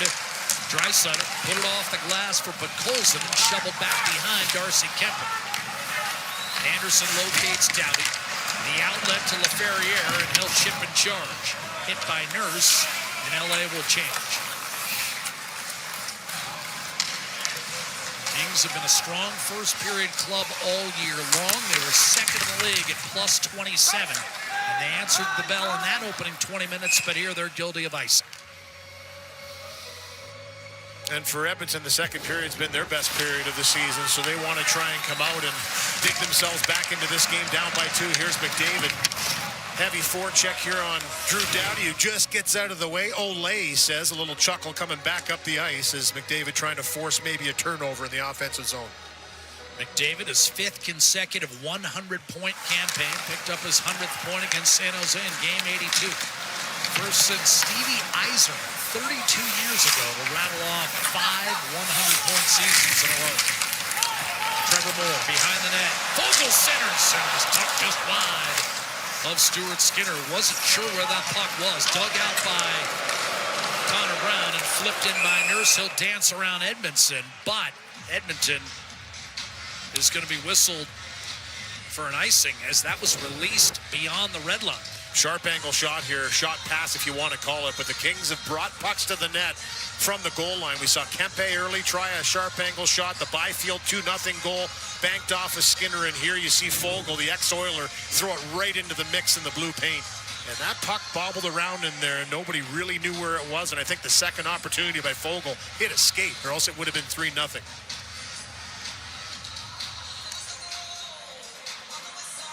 Stuart Skinner awaits the draw, won by Kopitar. A little spin by Kuzmenko, hung up with McDavid, and now Darnell Nurse will find Evan Bouchard. Played up the gut. Here's Brown. He'll bang it in for the Oilers. Settled by Edmondson up the left-hand side. Kopitar. Kept in Connor Brown. Wrap up situation. Kopitar will swing it ahead for Adrian Kempe. 2-on-2, he'll crisscross with Kuzmenko. Flick it wide of the Oiler net. Kuzmenko kept it down low. Battling his Kopitar. Got through Kuzmenko, and it's Jeff Skinner who sends Frederick into the zone. Jordan Spence got wallpapered by Frederick, who in turn stapled by Gavrikov. And that's cleared ahead for Alex Turcotte. They're not going to give him the red line, and that's an icing call against Turcotte and the Kings. Yeah, this puck will come all the way back into the defensive zone. This is the injuries and what Edmonton has suffered down the stretch, and you can see the games missed for each player respectively. It hasn't been an easy season, especially down the stretch. We talked about Draisaitl and McDavid not playing together for the final 14 games. And you said something, Jack, in the intermission. You said, listen, this is the first time that this team has been dressed in a game for the Edmonton Oilers. This mix of players has never played together, and they looked that way in the first period. A little disoriented at times, not really a lot of synergy, and that's something they're going to have to develop and try and maintain as this series goes on. Whereas Los Angeles, except for the acquisition of Kuzmenko, has basically been the same team for 6 months. Here's Draisaitl to Podkolzin. Back to the point. Kulak across, and that was mishandled by Bouchard and easily cleared by Turcotte.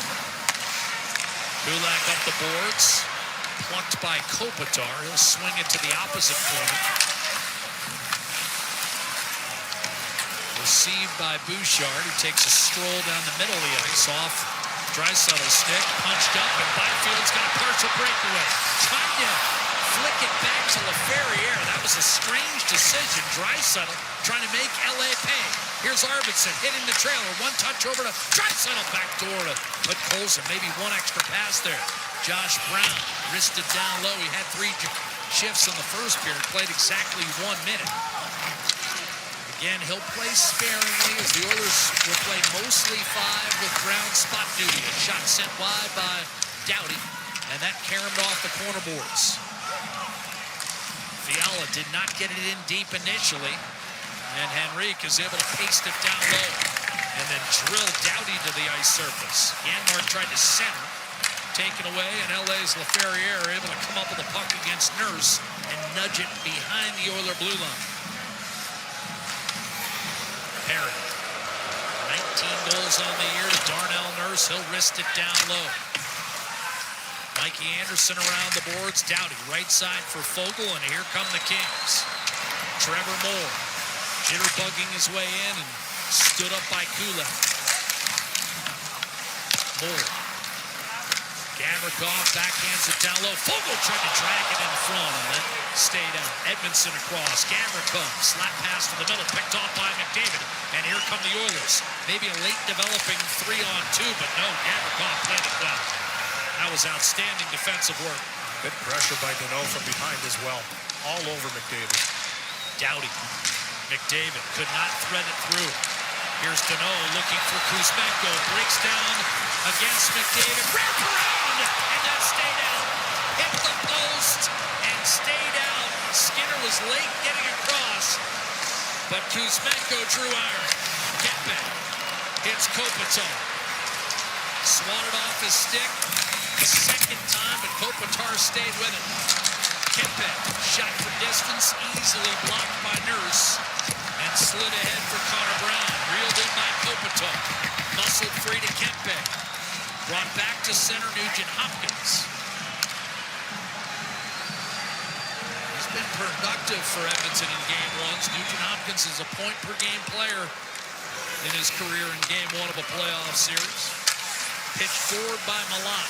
Skinner poised as can be up the left-hand side. And it's Frederick who tried to sling it ahead for Skinner. Did not pan out. Brent Clark. Flipped in by Turcotte. Skinner to Darnell Nurse's Hellenius. Down and out by a healthy piece of Nurse. And Skinner hears it from the 18,100 plus at Crypto.com Arena. Edmonton arrived here on Saturday in time to see the Lakers get smacked around in game 1 of its series with the Minnesota Timberwolves. Game 2 of that series tomorrow. It's a busy playing surface as this will be an icing cold. Come all the way back into Edmonton's zone. Here's this chance by Kuzmenko, and a great job to fight off the check, wrap this around, and he actually gets it by the post into the pad of Stuart Skinner. This is an excellent save. Look at this extension by Skinner to get across. This is in the net for sure, but right there, it stays on the line. It doesn't cross it. Almost the splits for Skinner to deny Kuzmenko of his second goal in this game on the power move.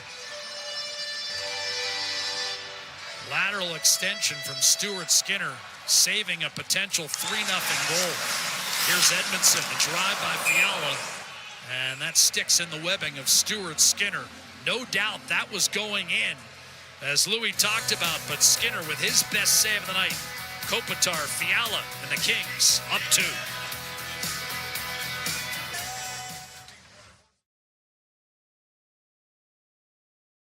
Move there.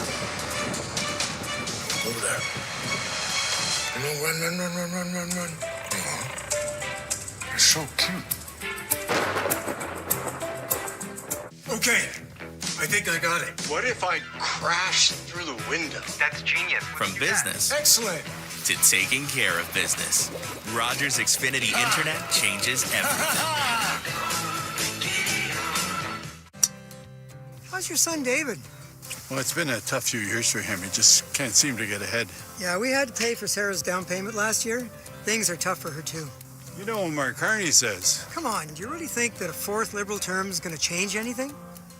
You know, I've been thinking the same thing. Are we really going to give these clowns a fourth term? I'm voting Conservative. There you go. Yeah, for a change. Canada, you asked for huge. We delivered. The all-new XXL pizza. 18 epic inches, 3 toppings. Just $19.99. Only at Pizza Pizza. Actually Canadian. There's one day on the Adelton calendar you never want to forget. You missed the truck. But there's always time to switch to Sonnet Home and Auto Insurance. It's simple, saves you money, and all on your own schedule. My schedule.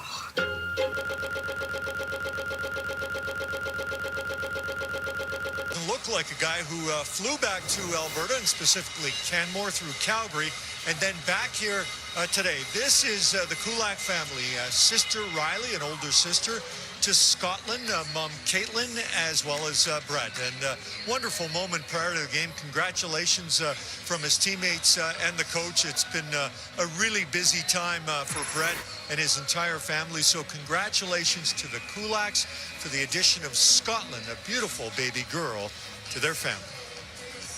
Kulak arriving in time for game one of this best of 7 Stanley Cup playoff series. First round, Edmonton and LA for a 4th year in a row. Louis, we commented on Stuart Skinner's potentially game-saving stop there, but the Oilers still have just 6 shots against Darcy Kemper. None in this second period. Going to need to find a way to dig in a little bit in the offensive zone and maintain a little more pressure. The Kings have had a fairly easy way out of their zone so far, and that's their strength. They're the second best defensive team in the league for a reason. They know it, and they're playing with that kind of confidence. For Edmonton, it's about digging in, and those 50-50 pucks become so important up for grabs on the cycle to win them. Maintain that pressure. Drew a penalty in the first. They need to do more of it. Kulak off the draw, sends it just wide of the LA net. That's another icing call against Edmonton. Rogers Xfinity. Get Canada's most reliable internet.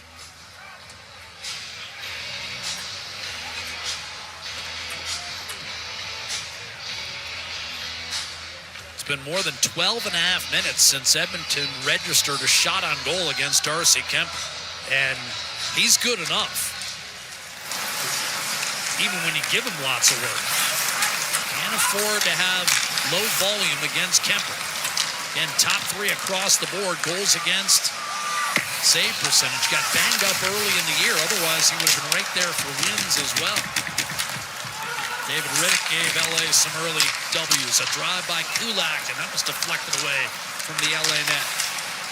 Clark up the gut to Kempe. It's a matchup of the team that led the league in shots on goal, Edmonton, against the club that's second in shots against. Kopitar whistles one wide. Kuzmenko around the boards for Mikey Anderson.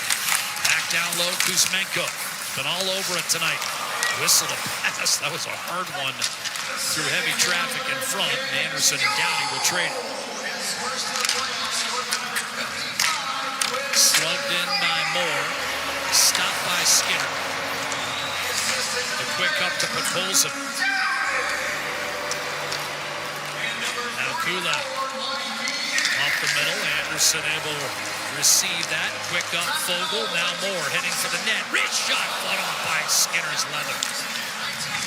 The Kings have really slowed things down here in this second period, Jack. As you mentioned, Edmonton not finding shots, but the Kings just methodically making plays, putting pucks up the ice. Not a whole lot of panic in their game for Edmonton right now. As much as you want to be patient, you've got to push the issue a little bit. Start to force the Los Angeles Kings to defend. They'd love to run this clock down. Low to Zach Hyman. He had a huge series against the Kings last year. Hat-trick in game 1, 7 goals in the series. Shot by Skinner disappeared into the paraphernalia of Doughty for a moment.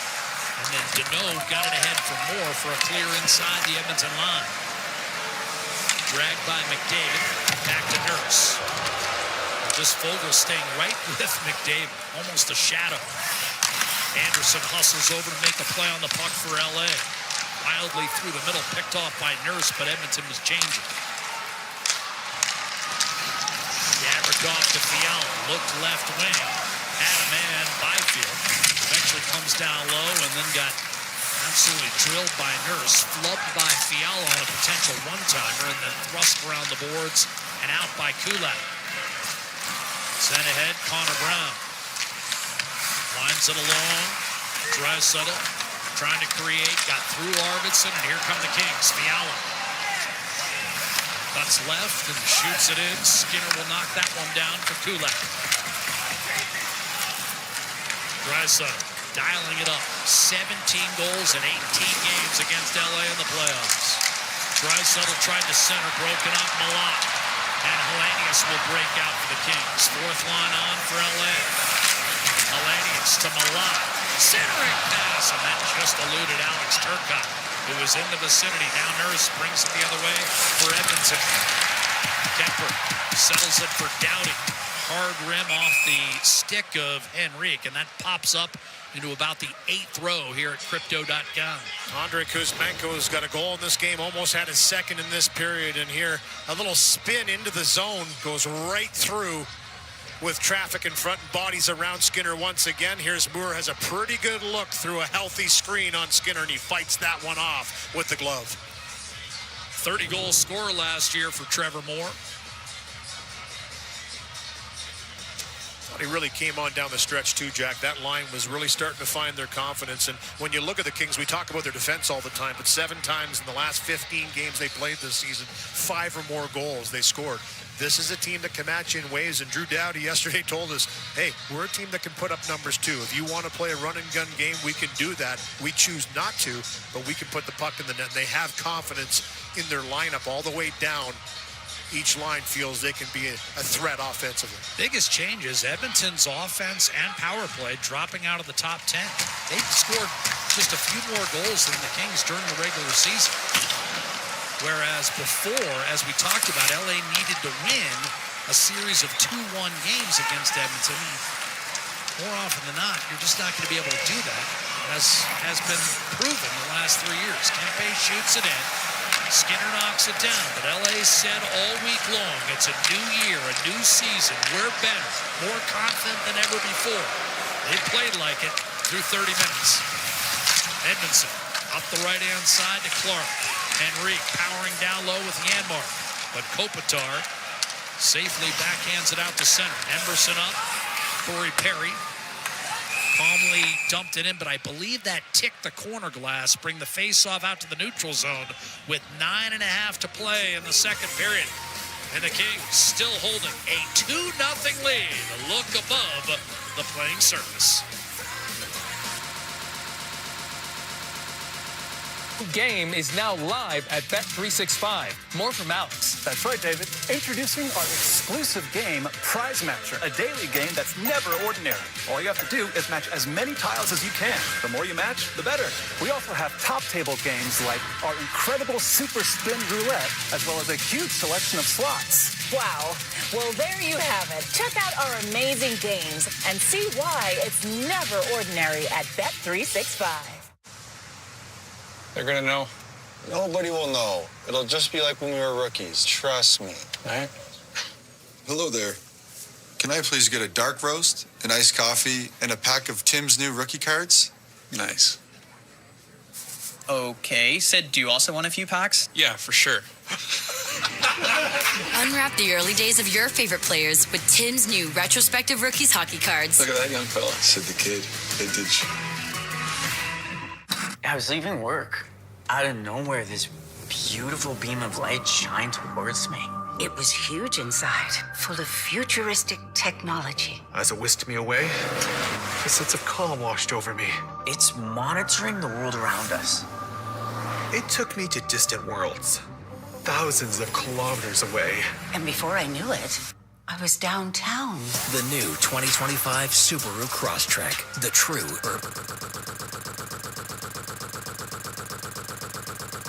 Warren Foegele, and a storyline, certainly a former Oiler now on the other side of things with the LA Kings. And I guess Louie and Jack weren't the only ones there to talk to Warren Foegele at El Segundo in the practice facility of the LA Kings. Remember, he's now a member of the Kings, but it didn't seem that long ago he was a member of the Edmonton Oilers and celebrating some great times together. It is now an opportunity to celebrate more great times. Foegele getting married this summer. Evan Bouchard, one of his best buddies, may be a groomsman, but I don't think Louie and Jack, there will be any wedding plan discussions about this summer over the course of this series.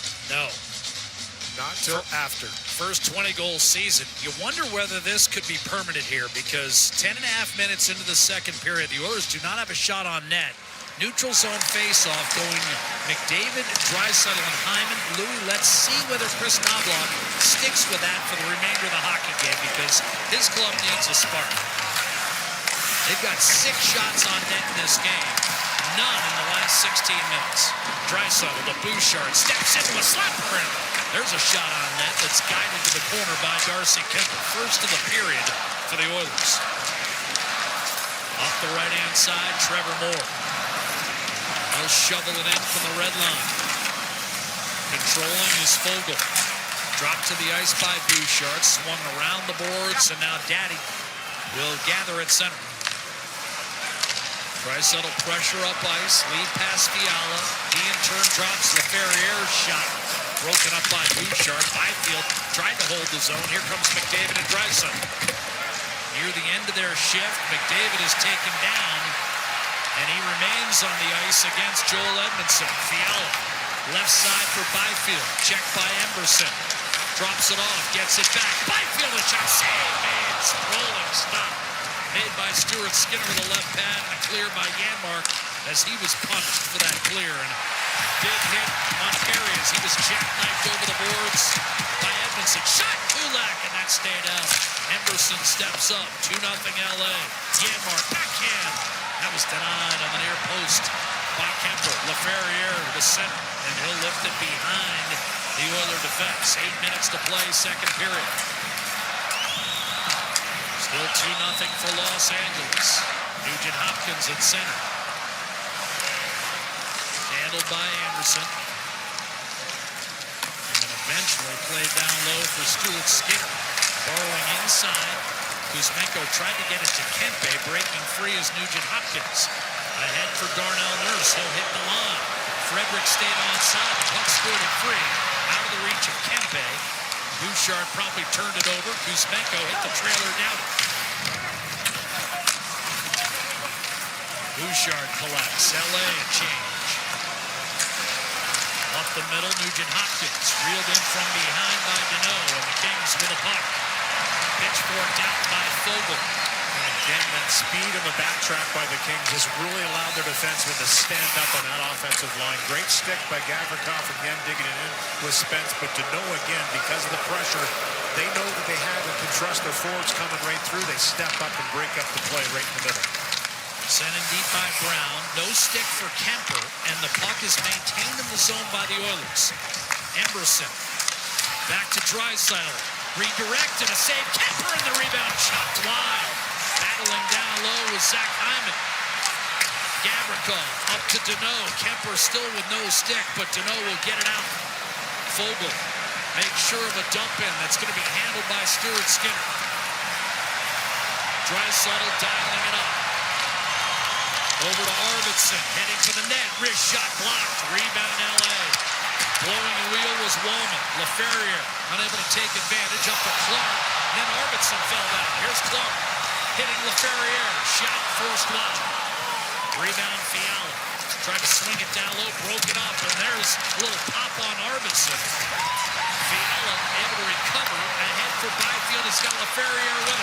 Back to Byfield. And that miscommunication leads to Byfield just twisting it along the boards for Fiala.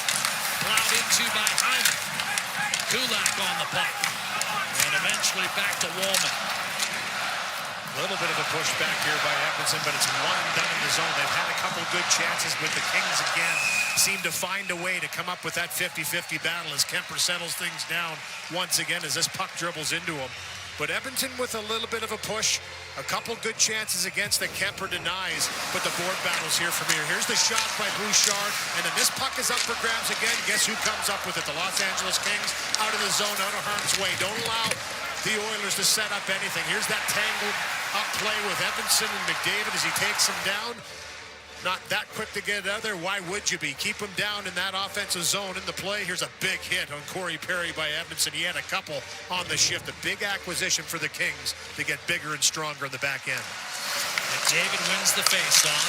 Out there with Skinner and Hyman. A shot sent wide, and that rebound will be punched forward by Kempe. Not enough for facing Bouchard.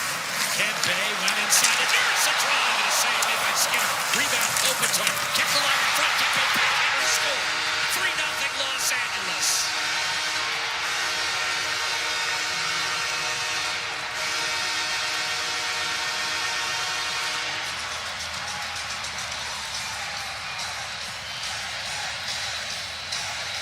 Great attack to the net here by the Los Angeles Kings, and Adrian Kempe, we talked about in the pregame, has the most points of any King in the 3 previous rounds, and this one takes a funny hop. Darnell Nurse thinks about hooking him, but he doesn't. Gets a great save by his goaltender Skinner, but then the hard work down low once again. As this puck goes into the corner, it's the play by Kopitar under pressure. Little chop pass to Kuzmenko.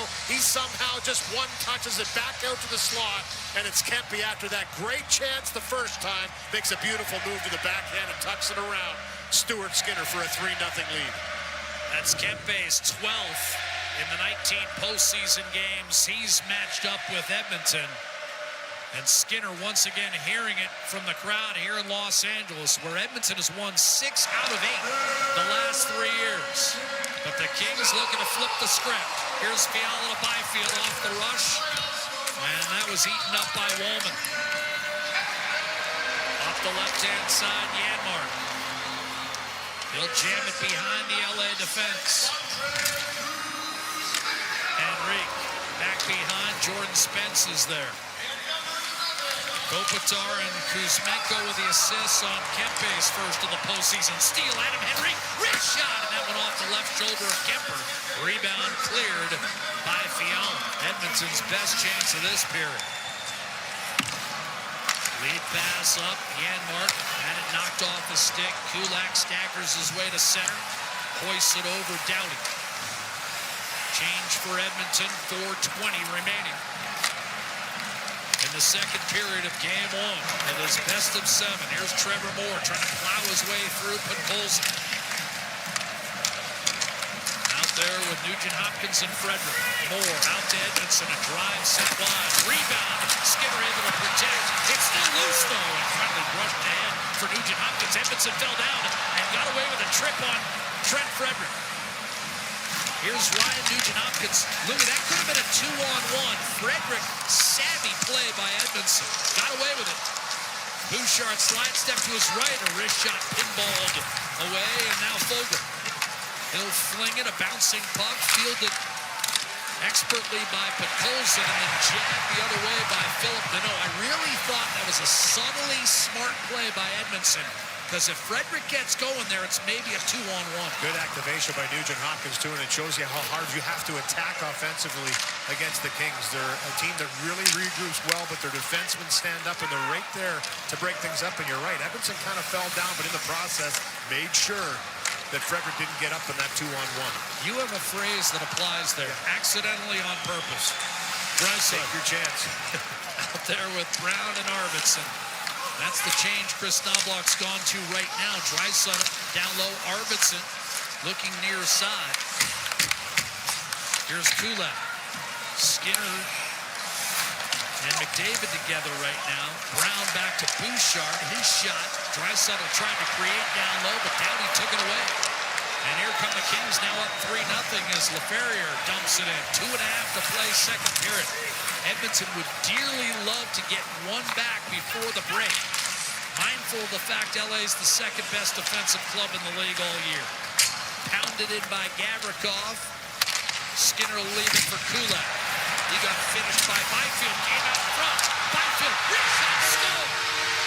Set it up for Philip Deneau. It's 4-0 Los Angeles.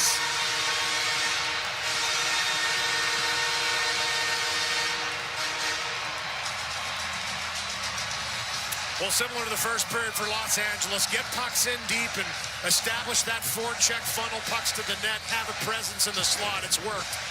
And here's another one, just a hard rim around the wall. Looks like it's slowed down here by Skinner. And as Kulak goes to play this puck, he's already taken the hit from Byfield because he's quick on that forecheck. And you'll see him put this around, and it just can't be handled. As you see, Bouchard looks like he wants to put this to McDavid in a little tiny subtle pass, but because of the pressure of the Kings, it's a turnover. It's a turnover in the slot, and there's 2 Kings alone. and Deneau puts it home for a 4-0 lead. Deneau from Byfield, and LA extends. Woolman working his way down the left-hand side. Kings shut out the Oilers the last 2 times in the regular season. Up 4-0 here. Here's a quick chance for Woolman, set up by McDavid, but he couldn't get the shot away. And Fiala able to clear, and the Oilers still have only 2 shots in the period, 8 in the game. Anderson up the left-hand side, LaFerriere. McDavid finishing his check. Skinner up with McDavid and Hyman.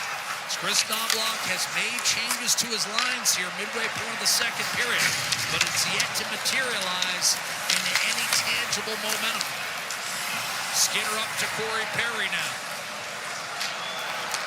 Nurse over to Woolman. 1:15 left in the second period. Kings dominating here in game 1. Feeling it's a new year. They won the season series between these two clubs for the first time in 9 years since McDavid was a rookie. Fogle to Deneau. That confidence has flowed right into this game number 1. They played essentially a perfect game here. The type of game they have to play to neutralize Edmonton, but capitalize on their opportunities, be stingy defensively. They've done it all here through almost 2 periods. Josh Brown up the gut to Darnell Nurse. He'll take it in with a slap shot, glove save Kemper, and he'll stick that one in his hip pocket. 1 and done for Edmonton. With 36 seconds to go in the second period, Draisaitl and McDavid, their body language says it all. Adrian Kempe, the Jordan-esque tongue, and Deneau makes it 4-0 Kings. Hey, I know what's up and who's up. So next time the game's on and it feels game-changing, bet your way with Betway. Home isn't just where you live, it's how you live. Flexible mortgage options designed for your life. Now get up to $5,700 with an RBC mortgage. Your idea of home happens here.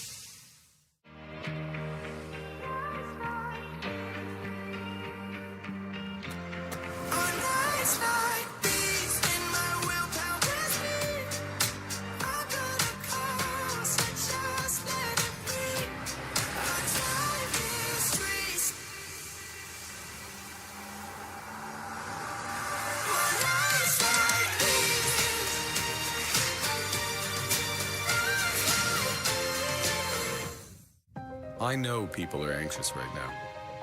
President Trump has created a crisis. Key news from Wall Street. Investors react to the sweeping tariffs. Well, I've led people through crises my entire career. I've worked with prime ministers from both parties to solve big problems for Canadians.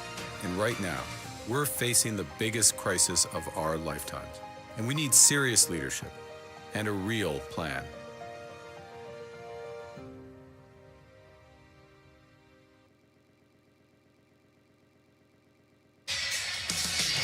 4-0 LA in game 1 here in the City of Angels. Meanwhile, the Battle of Ontario was all Leafs in game 1, 6-2. Louis tells me, don't sleep on the Sens, so you don't either.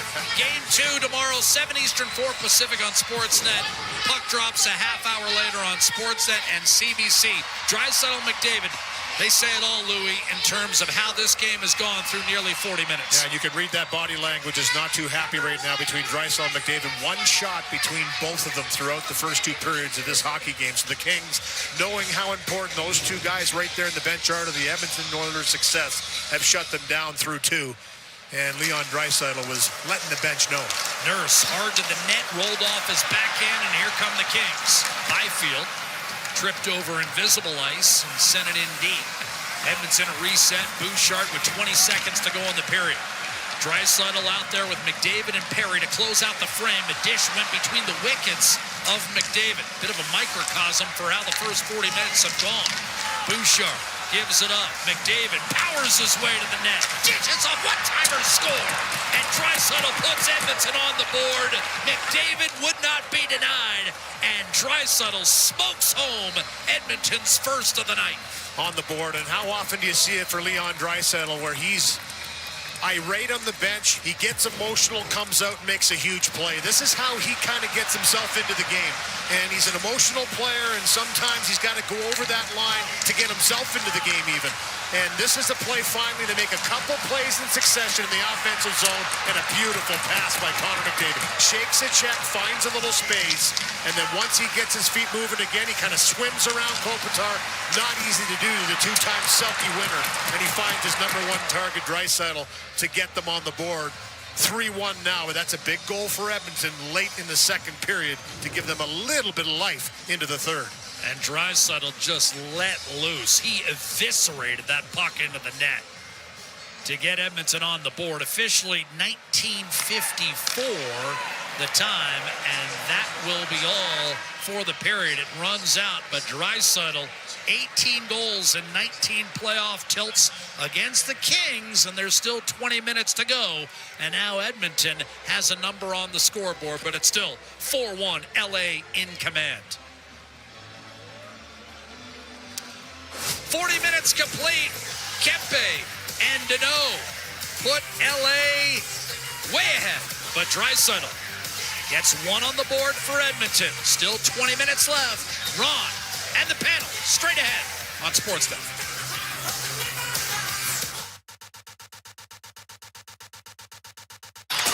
You missed his turn at the piñata because you were busy not missing hockey. Watch in-game highlights, stories, and post-game recaps only with the NHL app.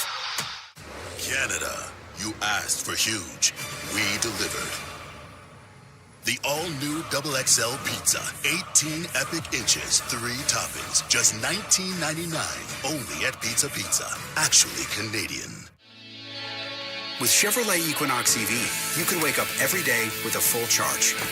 Have some of your favorite apps at your fingertips. And charge ahead in Canada's most affordable EV that has an estimated range of over 500 kilometers on a full charge. Right now, lease a 2025 Equinox EV LT front-wheel drive for $259 bi-weekly. That's like $129 weekly at 2.9% for 48 months, with $3,000 down. Chevrolet, together let's drive. Quotes about money. Every advisor in every old financial institution has one. Like this gem. A wise person should have money in their head, but not in their heart. What difference does it make if it doesn't end up in your pocket? So, how do you get yours? The answer is zero. Questrade thinks you deserve more zeros. So they changed the game again with zero commission trades. Now go get yours. There's one day on the Adulting calendar you never want to forget. You missed the truck. But there's always time to switch to Sonnet Home and Auto Insurance. It's simple, saves you money, and all on your own schedule. My schedule. Attention savings lovers. Select Hudson's Bay stores are closing, and that means big savings for you. You can now save 30 to 60% off lowest ticketed prices store-wide.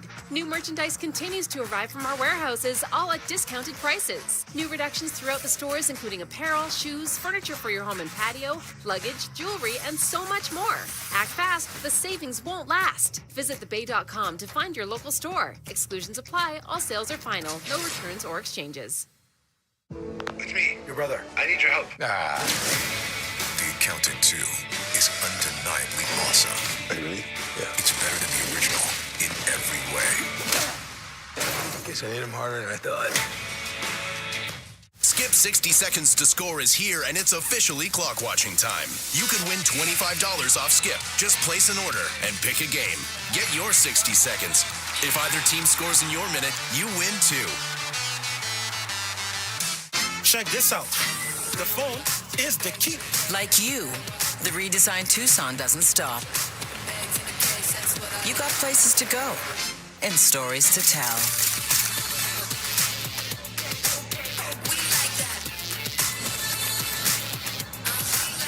Sleeping like a baby. Thank goodness for baby mode.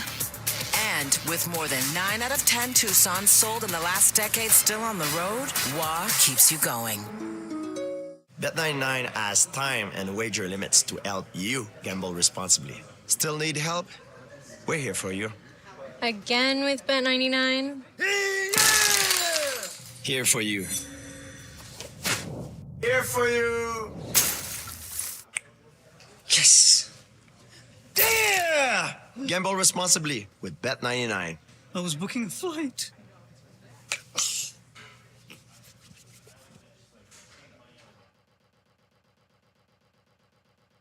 Second intermission brought to you by Rogers, Canada's home of hockey. Canada, time to bring Stanley home. This is our game.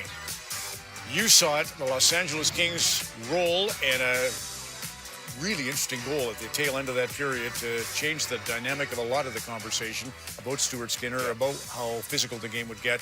Kevin, you take it. Where are we? It's a tough 39 minutes and 54 seconds for the Edmonton Oilers to start the playoffs. And there's a lot of things that kind of worry you. You know, Stuart Skinner a little bit. You know, McDavid and Dreisaitl are on the verge of being frustrated. You know, they're kind of physically getting manhandled. And you'll see Connor. What does Connor do when they're down? He tries to take the game over. He tries to do things on his own. But he's on his own for a lot of these plays. He's getting mauled. He's getting manhandled. At the end of the period, he hits Byfield. And Byfield just cold-cocks him right in the back of the head. You see it again here. It was behind the play, and those kind of hurt. He goes off. He doesn't complain. But there has to be a response. But then you watch Draisaitl and Connor, the TV timeout. They're frustrated. They're on the bench. They want more. They're down 4-0. Leon's swearing to himself. But what are they going to do? They're going to go out, and they're going to force this, and they're going to take this game over, and they're going to force something to happen. 10 seconds left. This is Kopitar. Maybe a little bit of a stick hold there, but puts him on his back and says, no. Puts it on a platter for Leon right here, and this gets them back in the game. But I see two players that want this more than anyone else in the team, and for me, that's a problem right now. Like, where is Trent Frederick? Where is Josh Brown? I know he's not playing a lot. Like, Corey Perry. Like, where are the physical guys? Where's the pushback? Why are your two-star guys working harder than everybody else on the ice? So they went 48 minutes in real time between shots when Bouchard finally had a shot in the second period. That's why I don't mind Draisaitl whatsoever, because in the past, he's talked to us even about sometimes showing bad body language. That wasn't to me. You are allowed to be angry. You're allowed to be angry at yourself and your teammates, and it got a reaction from them. I love that. Especially if you're the one leading the charge. Yeah, for sure. Like, work as hard as me. That's what he's saying. I agree. You know, we'll see what happens in the third period, but this is going to lead to a lot of questions about Evander Kane's availability and can he be a factor in this series.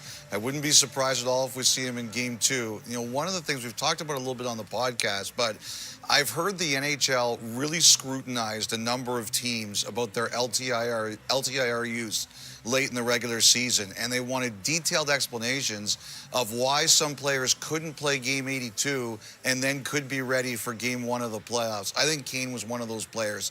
I don't think he was the only one around the NHL, but I think he was one of the players scrutinized, and I think it's possible that's why he's not playing Game 1. So I wouldn't be surprised if we see him Game 2. Hey, Derek, so it looks like it was Mark Stewart over to Glenn Gulletson for the conversation, and it seemed like Leon was saying, you know, for God's sakes, you guys, get at the referees. Did you not see what just happened there to Connor McDavid? So that's what it felt like. Do you agree with that part? Yeah, I didn't see that, but it could have been, for sure. Yeah. So as a coach, when you have your players on the bench telling you to do something, what would you be feeling on the bench? I love the emotion, and I loved it, and the response.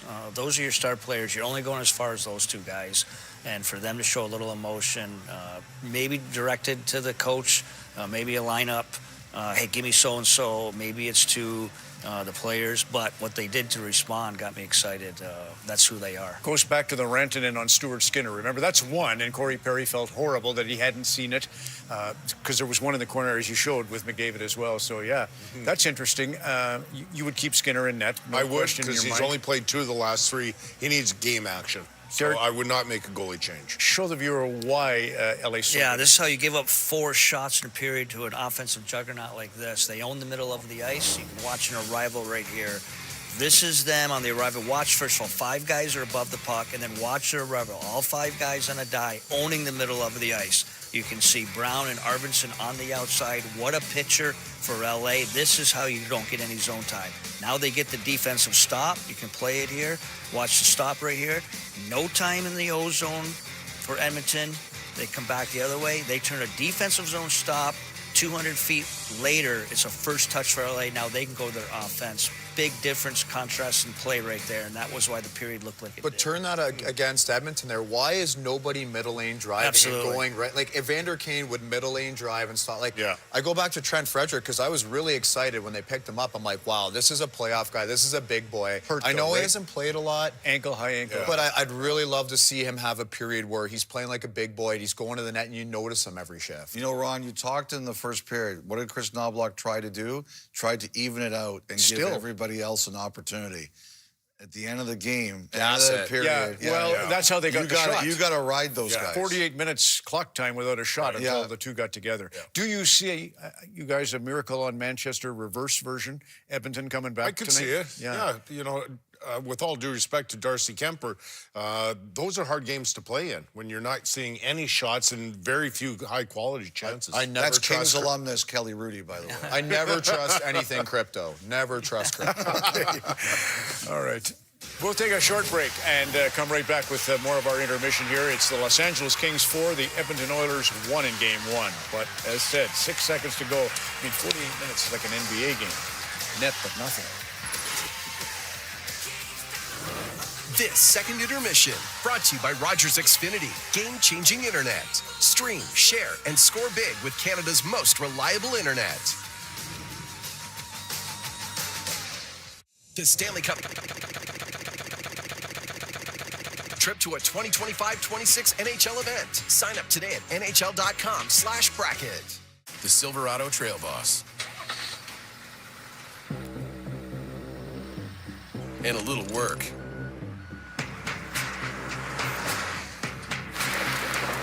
And a little play. And a truck that says no to nothing.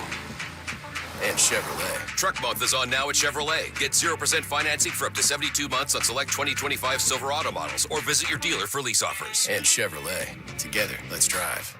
You're seeing Skechers' famous glide step footwear everywhere. And now that famous design is available in hands-free Skechers slip-ins. Get the comfort and style of glide step now with the convenience of slip-ins with no bending down or touching your shoes. Try glide step Skechers slip-ins. Visa uses state-of-the-art fraud protection worldwide. So no matter where in the world you are, you can be the traveler you want to be. With trusted security right by your side. It's deer season. Already? Nice knowing you. We gotta hide. No, not that deer season. Deer season. It's that time of year when you can get $4,000 off at an authorized John Deere dealer. A deer season that saves bucks? That's right. And it's going on now through June 2nd. How do you know so much about this? You see the guy in the logo? Yeah, he's an old friend of mine. Really? It's deer season, now through June 2nd. They're gonna know. Nobody will know. It'll just be like when we were rookies. Trust me, right? Hello there. Can I please get a dark roast, an iced coffee, and a pack of Tim's new rookie cards? Nice.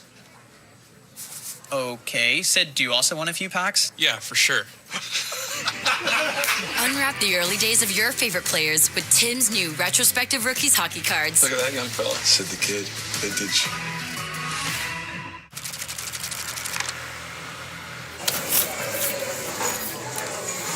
Indulging in a few margaritas a day? Nice.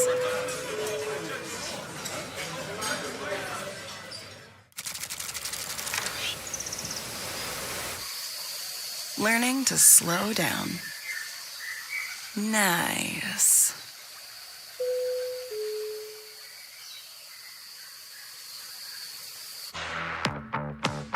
First, we won J.D. Power, ranking Ram the #1 brand in new vehicle quality. Then we won 2025 Motor Trend Truck of the Year. Now, we're throwing our weight around even more with the new Ram Heavy Duty. Well, you know what they say. You win some, you win some. And every win is inspired by the ones who drive us. Ram, built to serve. The Cup playoffs on Sportsnet, presented by Instacart. Back down to Los Angeles, Gene Principe is with Warren Fogle. Gene. Other than maybe those last couple seconds, could you have asked for a better 40 minutes for your team against Edmonton? Yeah, I thought we came out, with our game plan, played with pace, and I bet he didn't make any new friends that day. It cost him a ton to get the line repaired. I wonder why he didn't get his underground utilities marked. Don't be that person. If you're digging on your property, request a locate for natural gas lines. It's free and can prevent serious injury or financial loss. And you won't upset the neighbors. Visit clickbeforeyoudig.com. A safety message brought to you by ATCO. At Fountain Tire, our focus is taking care of your vehicle. Your focus? Saving up to 25% off select tires. Plus, getting up to a $120 mail-in rebate on a set of 4 select tires until April 26th. So we both win. Fountain Tire. We're on this road together. The intermission, brought to you by End of the Row Flooring Centers. Let's get flooring. Bryn Griffiths back in Studio B. Oilers trail the Kings 4-1 after 40 minutes of play. Let's take a look at your out-of-town scoreboard. Brought to you by Pizza 73, the official pizza of the Edmonton Oilers. If you think it's a rough night for the Oilers, how about the Dallas Stars at home? Right now, there's 9 minutes and 59 seconds remaining in the third period, and Colorado with a 3-2 lead on the Stars, and Colorado lead this series 1-0. Dallas has just now scored that I said that. It's now 3-3. Okay, well, there's no story there right now, but there could be. You never know. The other matchups tonight, it was Montreal rallying from down 2 to tie it up late in the third period, but they lost in overtime to the Capitals 3-2. Alexander Ovechkin with 2 goals, including the winner in overtime to help Washington to a 1-0 series lead. Winnipeg Jets hosting St. Louis again after a great game 1. They had a great game 2. Same result though. Jets winning it, and in a nail biter, it was a 2-1 final score tonight for the Jets over the Blues. Mark Scheifele with 1 goal and 1 helper in that one. So the Jets leading it 2-0, holding serve and winning both games in the Peg. And so that's 1, 2, 3. That's it. That's all that's happening around the league tonight. Your out-of-town scoreboard is brought to you by Pizza 73, the official pizza of the Edmonton Oilers. The third period is up next. Oilers trailing 4-1. At the intermission is brought to you by End of the Row Flooring Centers. Let's get flooring. This is your Ford Dealers NHL Hockey on the Oilers Radio Network. Hey, Edmonton. Big moves need big talent, and AMJ is your go-to partner. For all local residential and commercial relocations, AMJ delivers a smooth, stress-free experience. AMJ, your team for every move. Contact your local branch today. MIC is a leader in medical imaging and the official medical imaging provider to the Edmonton Oilers. Make MIC your choice. Whether you're a professional athlete or a weekend warrior, the game doesn't stop for injury. MIC's sports medicine imaging specialists can help you get back in the game with a timely and expert diagnosis. Go where the pros go. For a location near you, visit mic.ca. Our people, our team. It's what business owners almost always say is their most important resource. But strong businesses don't just find great people. They make sure their teams stay healthy, engaged, and performing at their best. A benefits plan from Alberta Blue Cross is more than just drug and dental. They support the whole person with flexible coverage levels that fit the size and circumstance of your business. Find a plan that gets results at ab.bluecross.ca. Hey, Edmonton. Big moves need big talent, and AMJ is your go-to partner. For all local residential and commercial relocations, AMJ delivers a smooth, stress-free experience. AMJ, your team for every move. Contact your local branch today. Listen on air, online, and on the Radio Player Canada app. This is the Oilers Radio Network. At the Crypto.com Arena in Los Angeles, Cam Moon along with Bob Stauffer. We're getting ready for the third period of play in Game 1 of the first-round playoff series between the Edmonton Oilers and the Los Angeles Kings. Kings are up 4-1. Oilers got some work to do in the third period, but they did score late in the second. Leon Draisaitl from McDavid and Bouchard to get them to within 3. And for Oiler fans, hopefully some life as they go into this third period. And no screwing around here. Chris Knobloch has got Nugent Hopkins between Hyman and Arvidsson. And what that means is that we're going to see a lot of McDavid and Draisaitl together. Edmonton chasing down by 3 goals here. They combined for a goal late in the second period. But Edmonton's got at least, in my opinion, get 15 shots on goal to have a chance to get back in this game. Only got 10 so far. Through 2 periods. I mean, puck cleared out down the ice, going to be icing waved off as it's in behind the Kings net. Nugent Hopkins to Hyman, has it on the right. Round to the left, in from the blue line. Nurse shoots it towards the net, and a save by Kemper. Held it up against his body and get the whistle 27 seconds into the third period. Zach Hyman just buried Joel Edmondson. I mean, that was... Oilers have got 36 hits so far. The only question for Evander Kane, who's up here, obviously, on the trip, is it Game 3 at Edmonton or Game 2 here? And I know there's been some reporting out there about the league monitoring these situations with players coming off of LTIR. Missed hook there. Anderson gets it out at his own blue line. Bouchard, right wing to Corey Perry. Shoots it into the Kings zone. Then on the forecheck, McDavid. It goes to the left wing. Up through the middle over the stick of Perry and out.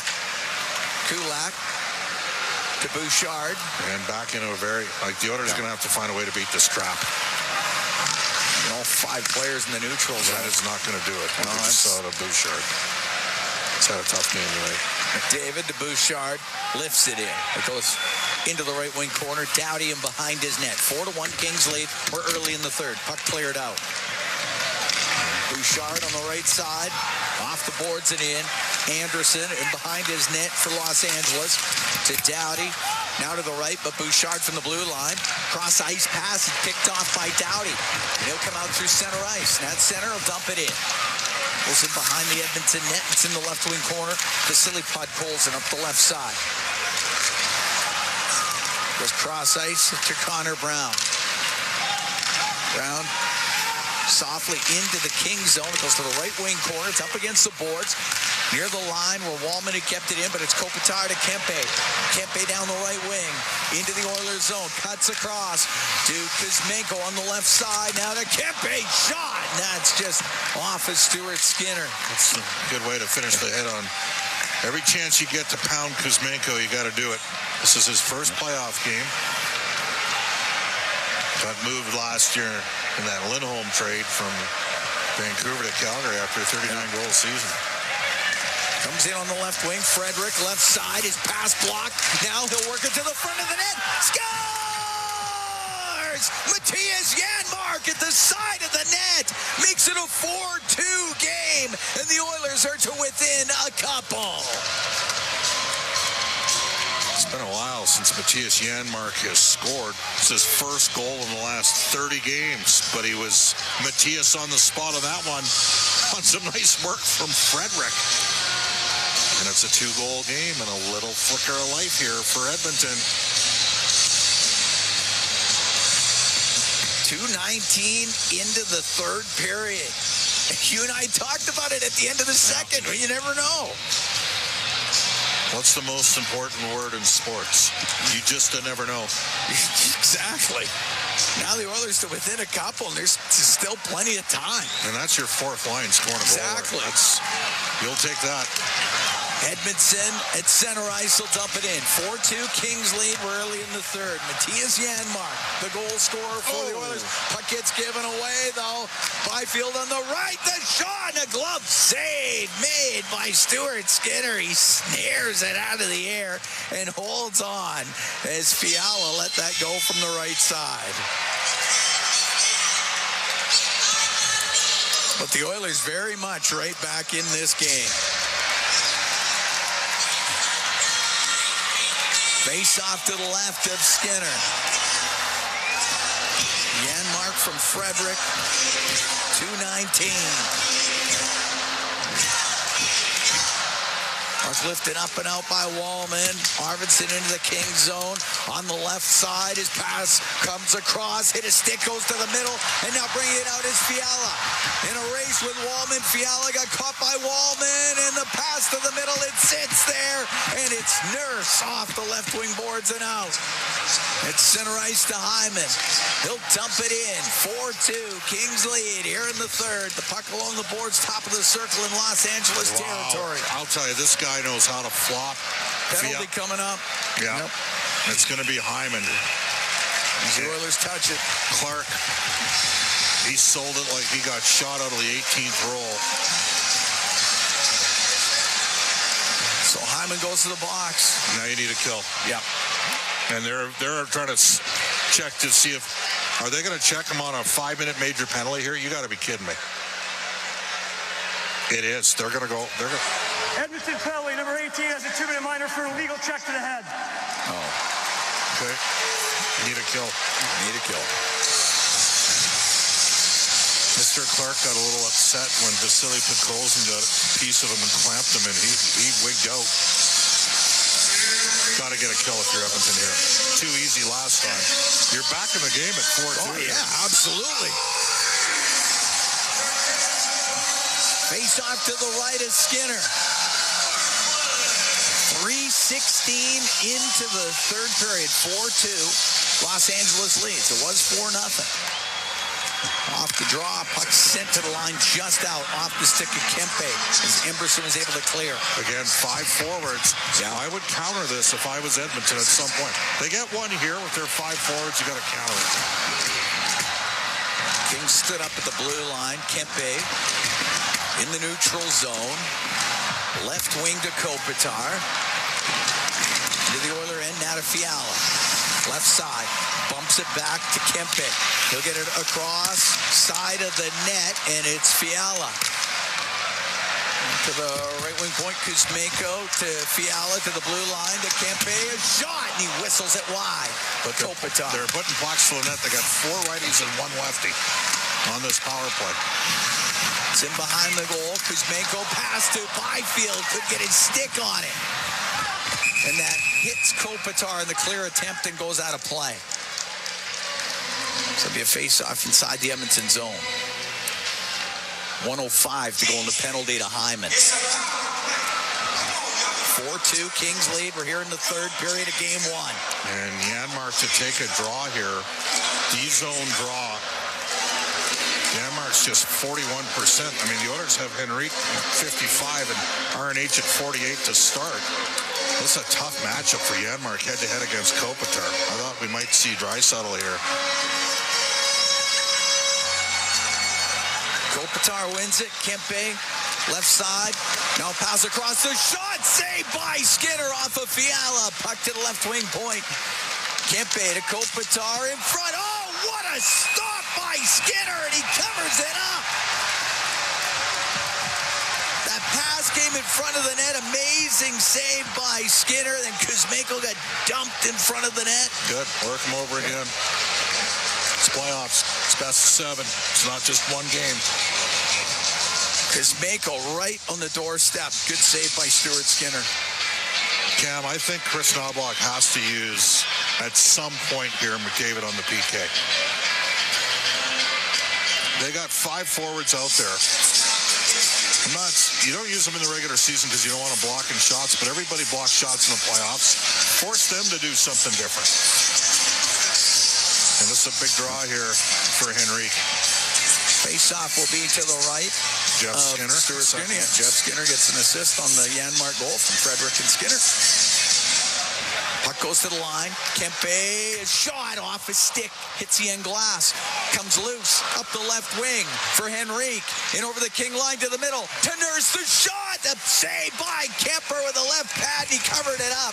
What an opportunity. Shorthanded for Edmonton with Nurse in the slot. Now we got a gathering in behind the Kings goal.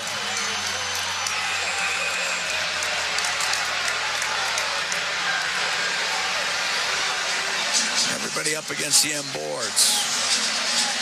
That was a great chance, shorthanded though.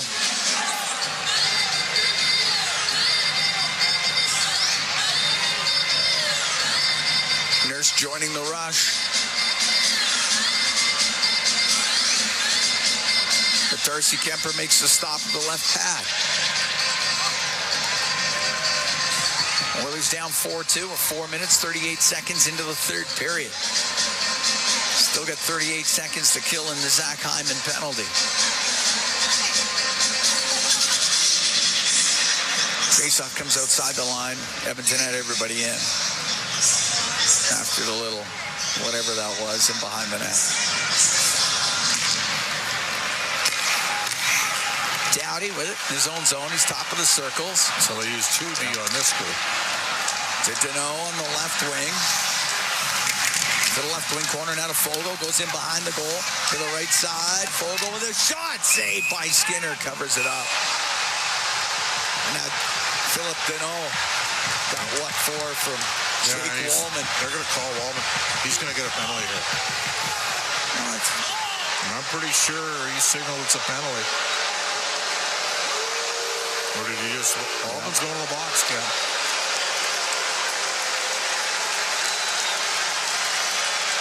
They're sitting there jabbing at the...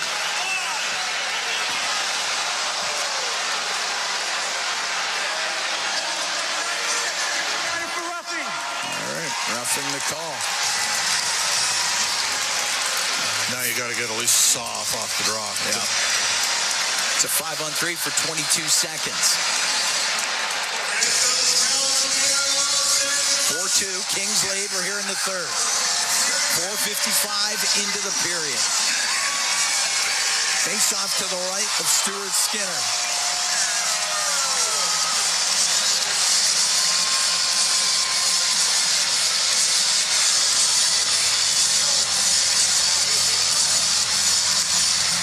Can't make the play. Goes back to the line. Kempe across. One-timer scores. Fiala got the one-timer. That makes it 5-2 for the Kings.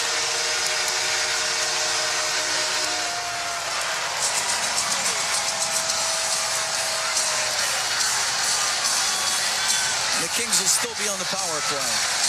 Sorry, but Jake Wallman can't make the play made. The Oilers got to be smarter. Philip Deneau spent some time down here in LA. He sold that one. And the Oilers haven't sold enough. They're owed a couple calls in this game from our officiating crew. Brad Meyer is the series official, series supervisor. LA's been better. Yep. Fiala the goal scorer at 4:59. Again, you keep McDavid and Draisaitl off the ice because you're killing penalties against a team that's got 5 forwards on the ice. No imagination. Oiler penalty kill brought to you by Napa Auto Parts, proud partner of the Edmonton Oilers. The Oilers are still on it. Byfield off the left wing side at the Edmonton blue line. Emerson battles to get it out, but he can't. Pass comes across. Kuzmenko into the right wing corner. Kuzmenko to the side of the goal. It's lifted up and off the glove of Kempe and out. Kempe and Kuzmenko get the assists on that goal by Fiala. Kopitar into the Edmonton zone. Fiala to the point. Kempe on the left wing point through the middle. And it is jammed out to center by Connor Brown. 5-2 Kings here in the third. And McDavid's on the ice now, but they've got their D out there. 55 seconds to go in the power play for Los Angeles. Is Doughty inside his own end. You got it. If you're going to put Connor out, put him out against the forwards, not against the D, Cam. Oh, I hear what you're saying. Puck shot in. Clark is in on the forecheck for the Kings. Goes to Fogle behind the net. Takes a good hit from Josh Brown. Into the corner. Nurse, left wing. Colson got it up to the line now to McDavid. He's one-on-one with Doughty. Into the Kings zone. The backhand save made by Kemper. He'll hold on to it. 23 seconds left to go in the penalty to Wallman.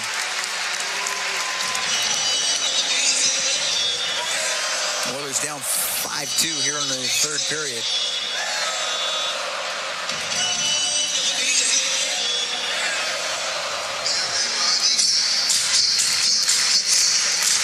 Face off to the left of Kemper. Kempe and Kuzmenko each with 3-point nights.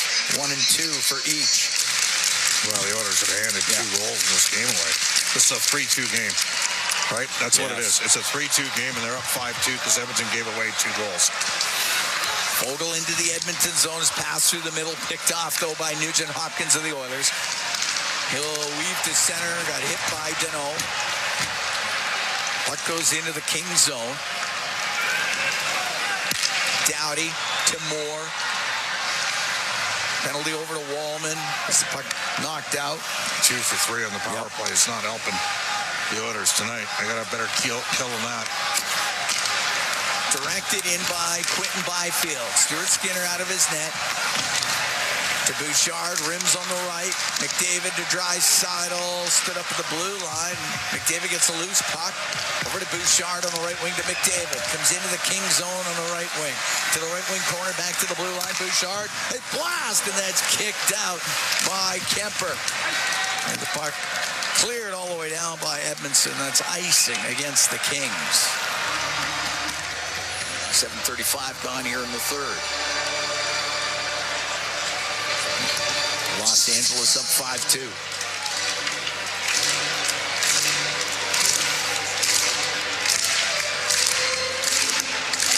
Oilers were down 4-0. Got a goal late in the second. Got one early in the third. Starting to look good. A couple iffy penalties. Yeah, and then a 5-on-3 situation. Yeah, you're going to hand a team. Yeah. The way they're feeling it right now, their power play. Yeah, their power play picked it up late in the season. Andre Kuzmenko a big part of that. And he's factored in on both power play goals in this game.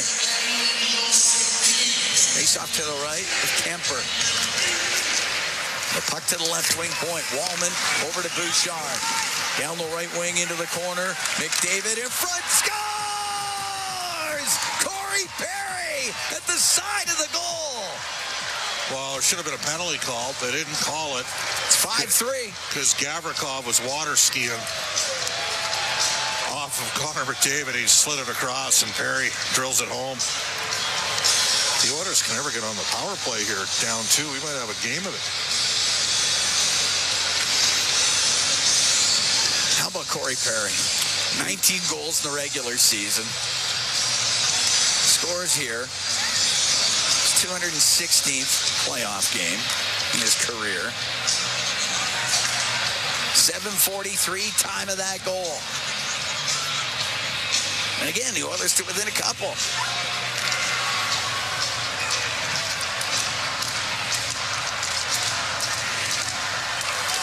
Drop the puck. It's at the Los Angeles blue line. Deneau shot it in. Bouchard will take it behind his goal.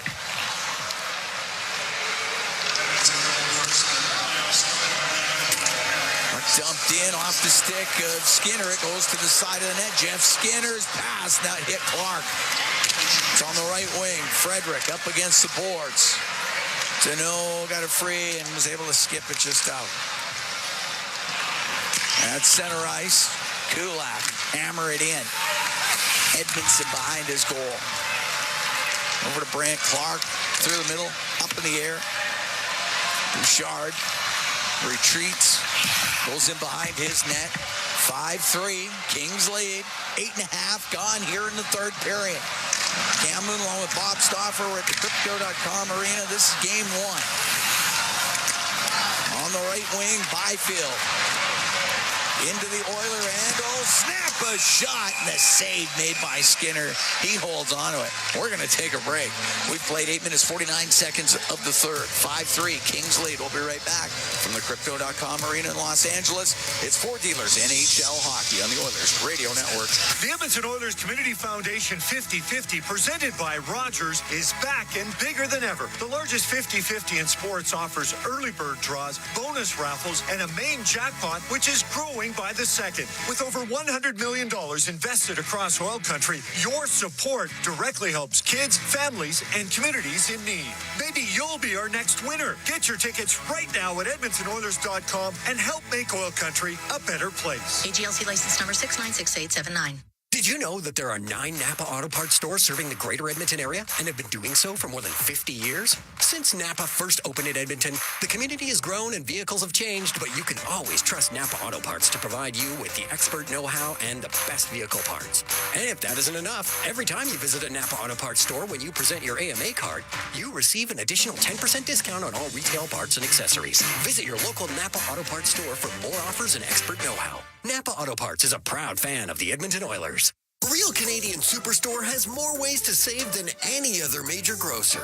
Check out their weekly flyer for BC Optimum offers, deals on club size, no name, and always low-priced everyday items. Visit in-store to find everything from fashion and home decor to toys and electronics. And don't forget their new Fresh Promise on produce. If your produce isn't fresh, they'll replace it and refund it. There are so many ways to save at Real Canadian Superstore. See their flyer for details. All games, all seasons. You're listening to the Oilers Radio Network. Here at the Crypto.com Arena, Cam Moon along with Bob Stauffer. We are in the Legacy Heating and Cooling broadcast booth. Legacy Heating and Cooling, home and no payments, no interest for 1 year. 5-3, Kings lead. 8 minutes, 49 seconds gone in the third period. This game is wide open. Wide open. Oilers have goals from Leon Draisaitl, Matthias Janmark, and Corey Perry. Kuzmenko, Byfield, Kempe, Deneau, and Fiala have scored for the Kings. Connor McDavid has a couple of assists. So does Evan Bouchard. Off the draw in the Edmonton zone, and it goes off the glass. No? I'm saying that's penalty. Better not be a penalty because the linesman called it first. No, said it went off the glass. Yeah. The referee thought it went. I think it went off the glass. I think the linesman knew it. Now they're having a conversation here. They are having a conversation. An unforced error from Wallman. Can't happen. If it went straight out. Would love to see a replay of that. And see if it did, in fact, go straight out. He's calling penalty. All right. Edmonton penalty number 96. Is it play a game? Puck over the glass. We're going to have a problem here. The Oilers are saying it went off the stick. Wallman's continuing to discuss it.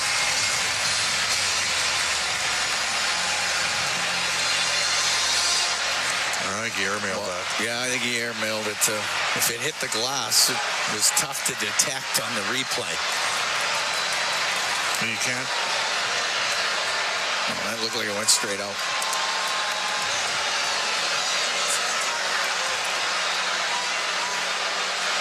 Can you challenge this? I don't think you can you? Edmonton is challenging the play that they say it's deflected off the glass. Oh, okay. All right. Well, we're about to find out. I hope they get a better look than the one we got. So,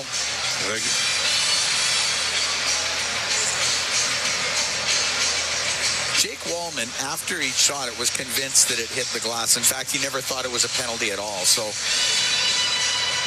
I don't know if he's selling that or truly believed it, but at the top, you could just catch it. Yeah, it moved. It looked like it moved. This is going to be a tough call here. Yeah, it'll be tough to get that detected. If you don't get it, are you down 5-on-3? You are. I mean, and Wallman again say no way. Yeah.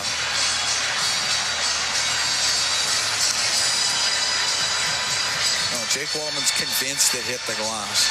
I mean, he's a lot closer to it than you and I are.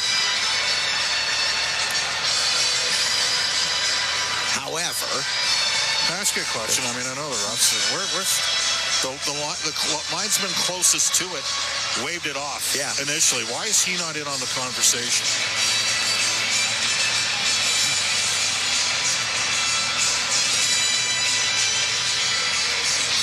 It's close. This is close. And the last thing the Oilers want to see is that Kings power play that's 2 for 3. The last thing they want to see. Well, you have a video coach for a reason. He believes it's not a penalty. The player believes it's not a penalty.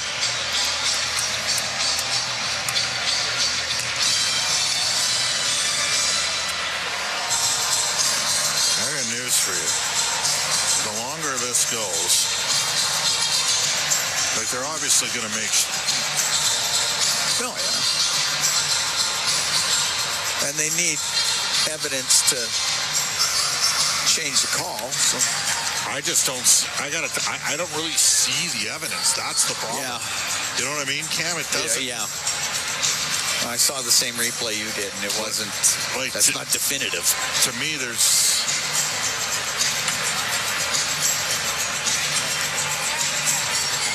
Yeah, that's a tough one. Yeah, it's a tough one to flip back.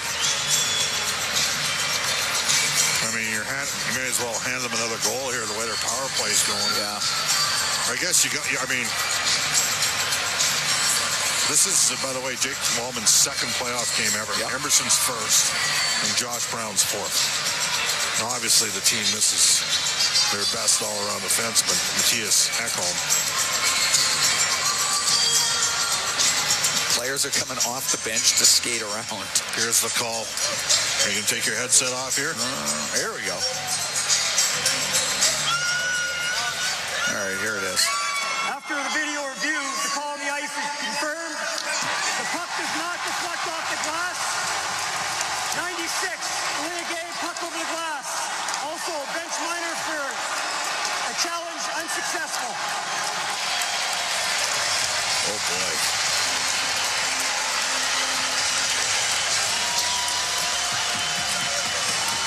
Well, it's going to make it very difficult. Corey Perry having a conversation here.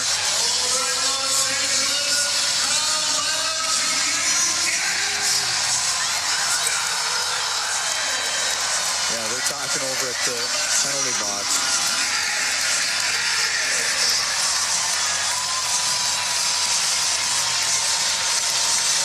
Oh, they're holding on. Oh, Perry went over. He's going to serve the unsuccessful challenge penalty. Okay, 5-on-3. Oiler penalty kill brought to you by Napa Auto Parts, proud partner of the Edmonton Oilers. Oilers down 5-3. I got to tell you, that's too risky of a call to be making in that situation. Face off to the right of Skinner. Kings power play 2 for 3 in this game.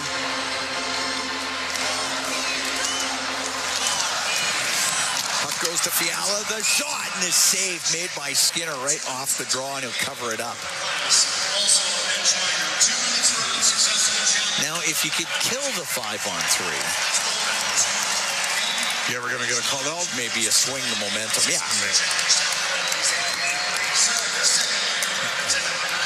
All right.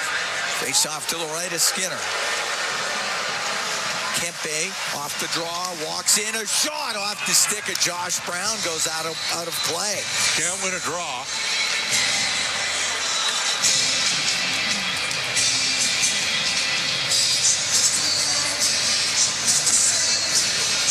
Kopitar will take the draw again, and again against Ryan Nugent-Hopkins as they tie up. It's poked back to the line. Kempe across to Fiala, shot blocked.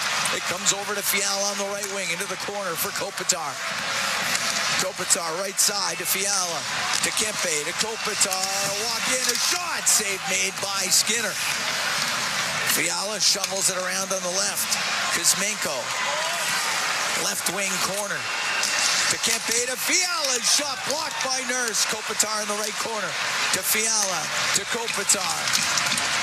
To Fiala, to Kuzmenko. Nice save by Skinner coming across. And the puck along the left wing boards. Kempe off the left point. His pass, that hit a leg. Byfield into the left wing corner to Kuzmenko. Kuzmenko out to Byfield, and shot. And that one goes off of Skinner. Fiala to Kempe, to Fiala off the post. And the puck on the right wing. Fiala to Kempe on the left to Kuzmenko in the corner. In behind the net, Kopitar comes out. Kempe shot kicked out by Skinner. Fiala misses on the short side. It goes up to the line. Kempe keeps it in. Over to Fiala, right side. Now to Kuzmenko on the left. To Fiala. Vandal, the one-timer, cleared out by Nurse. 25 seconds to go in the 5-on-3. Oilers down 5-3 with 9:28 to go in the third period. Kempe into the Edmonton zone for Fiala. Takes it across the line. On the right for Kopitar. He's in the corner to Fiala. Top of the circle to Kopitar. Kopitar to Fiala. Over to Kempe. To Fiala. He hammers it wide. It'll go around the boards and come out. And the Oilers kill it off. Wallman and Perry are back out there. Kings 2 for 5 on the power play. We'll see if this swings the momentum the Oilers' way. If Edmonton's smart, they're flopping the next time they get touched here and draw a call. Bouchard in his own end. Up the right wing to McDavid.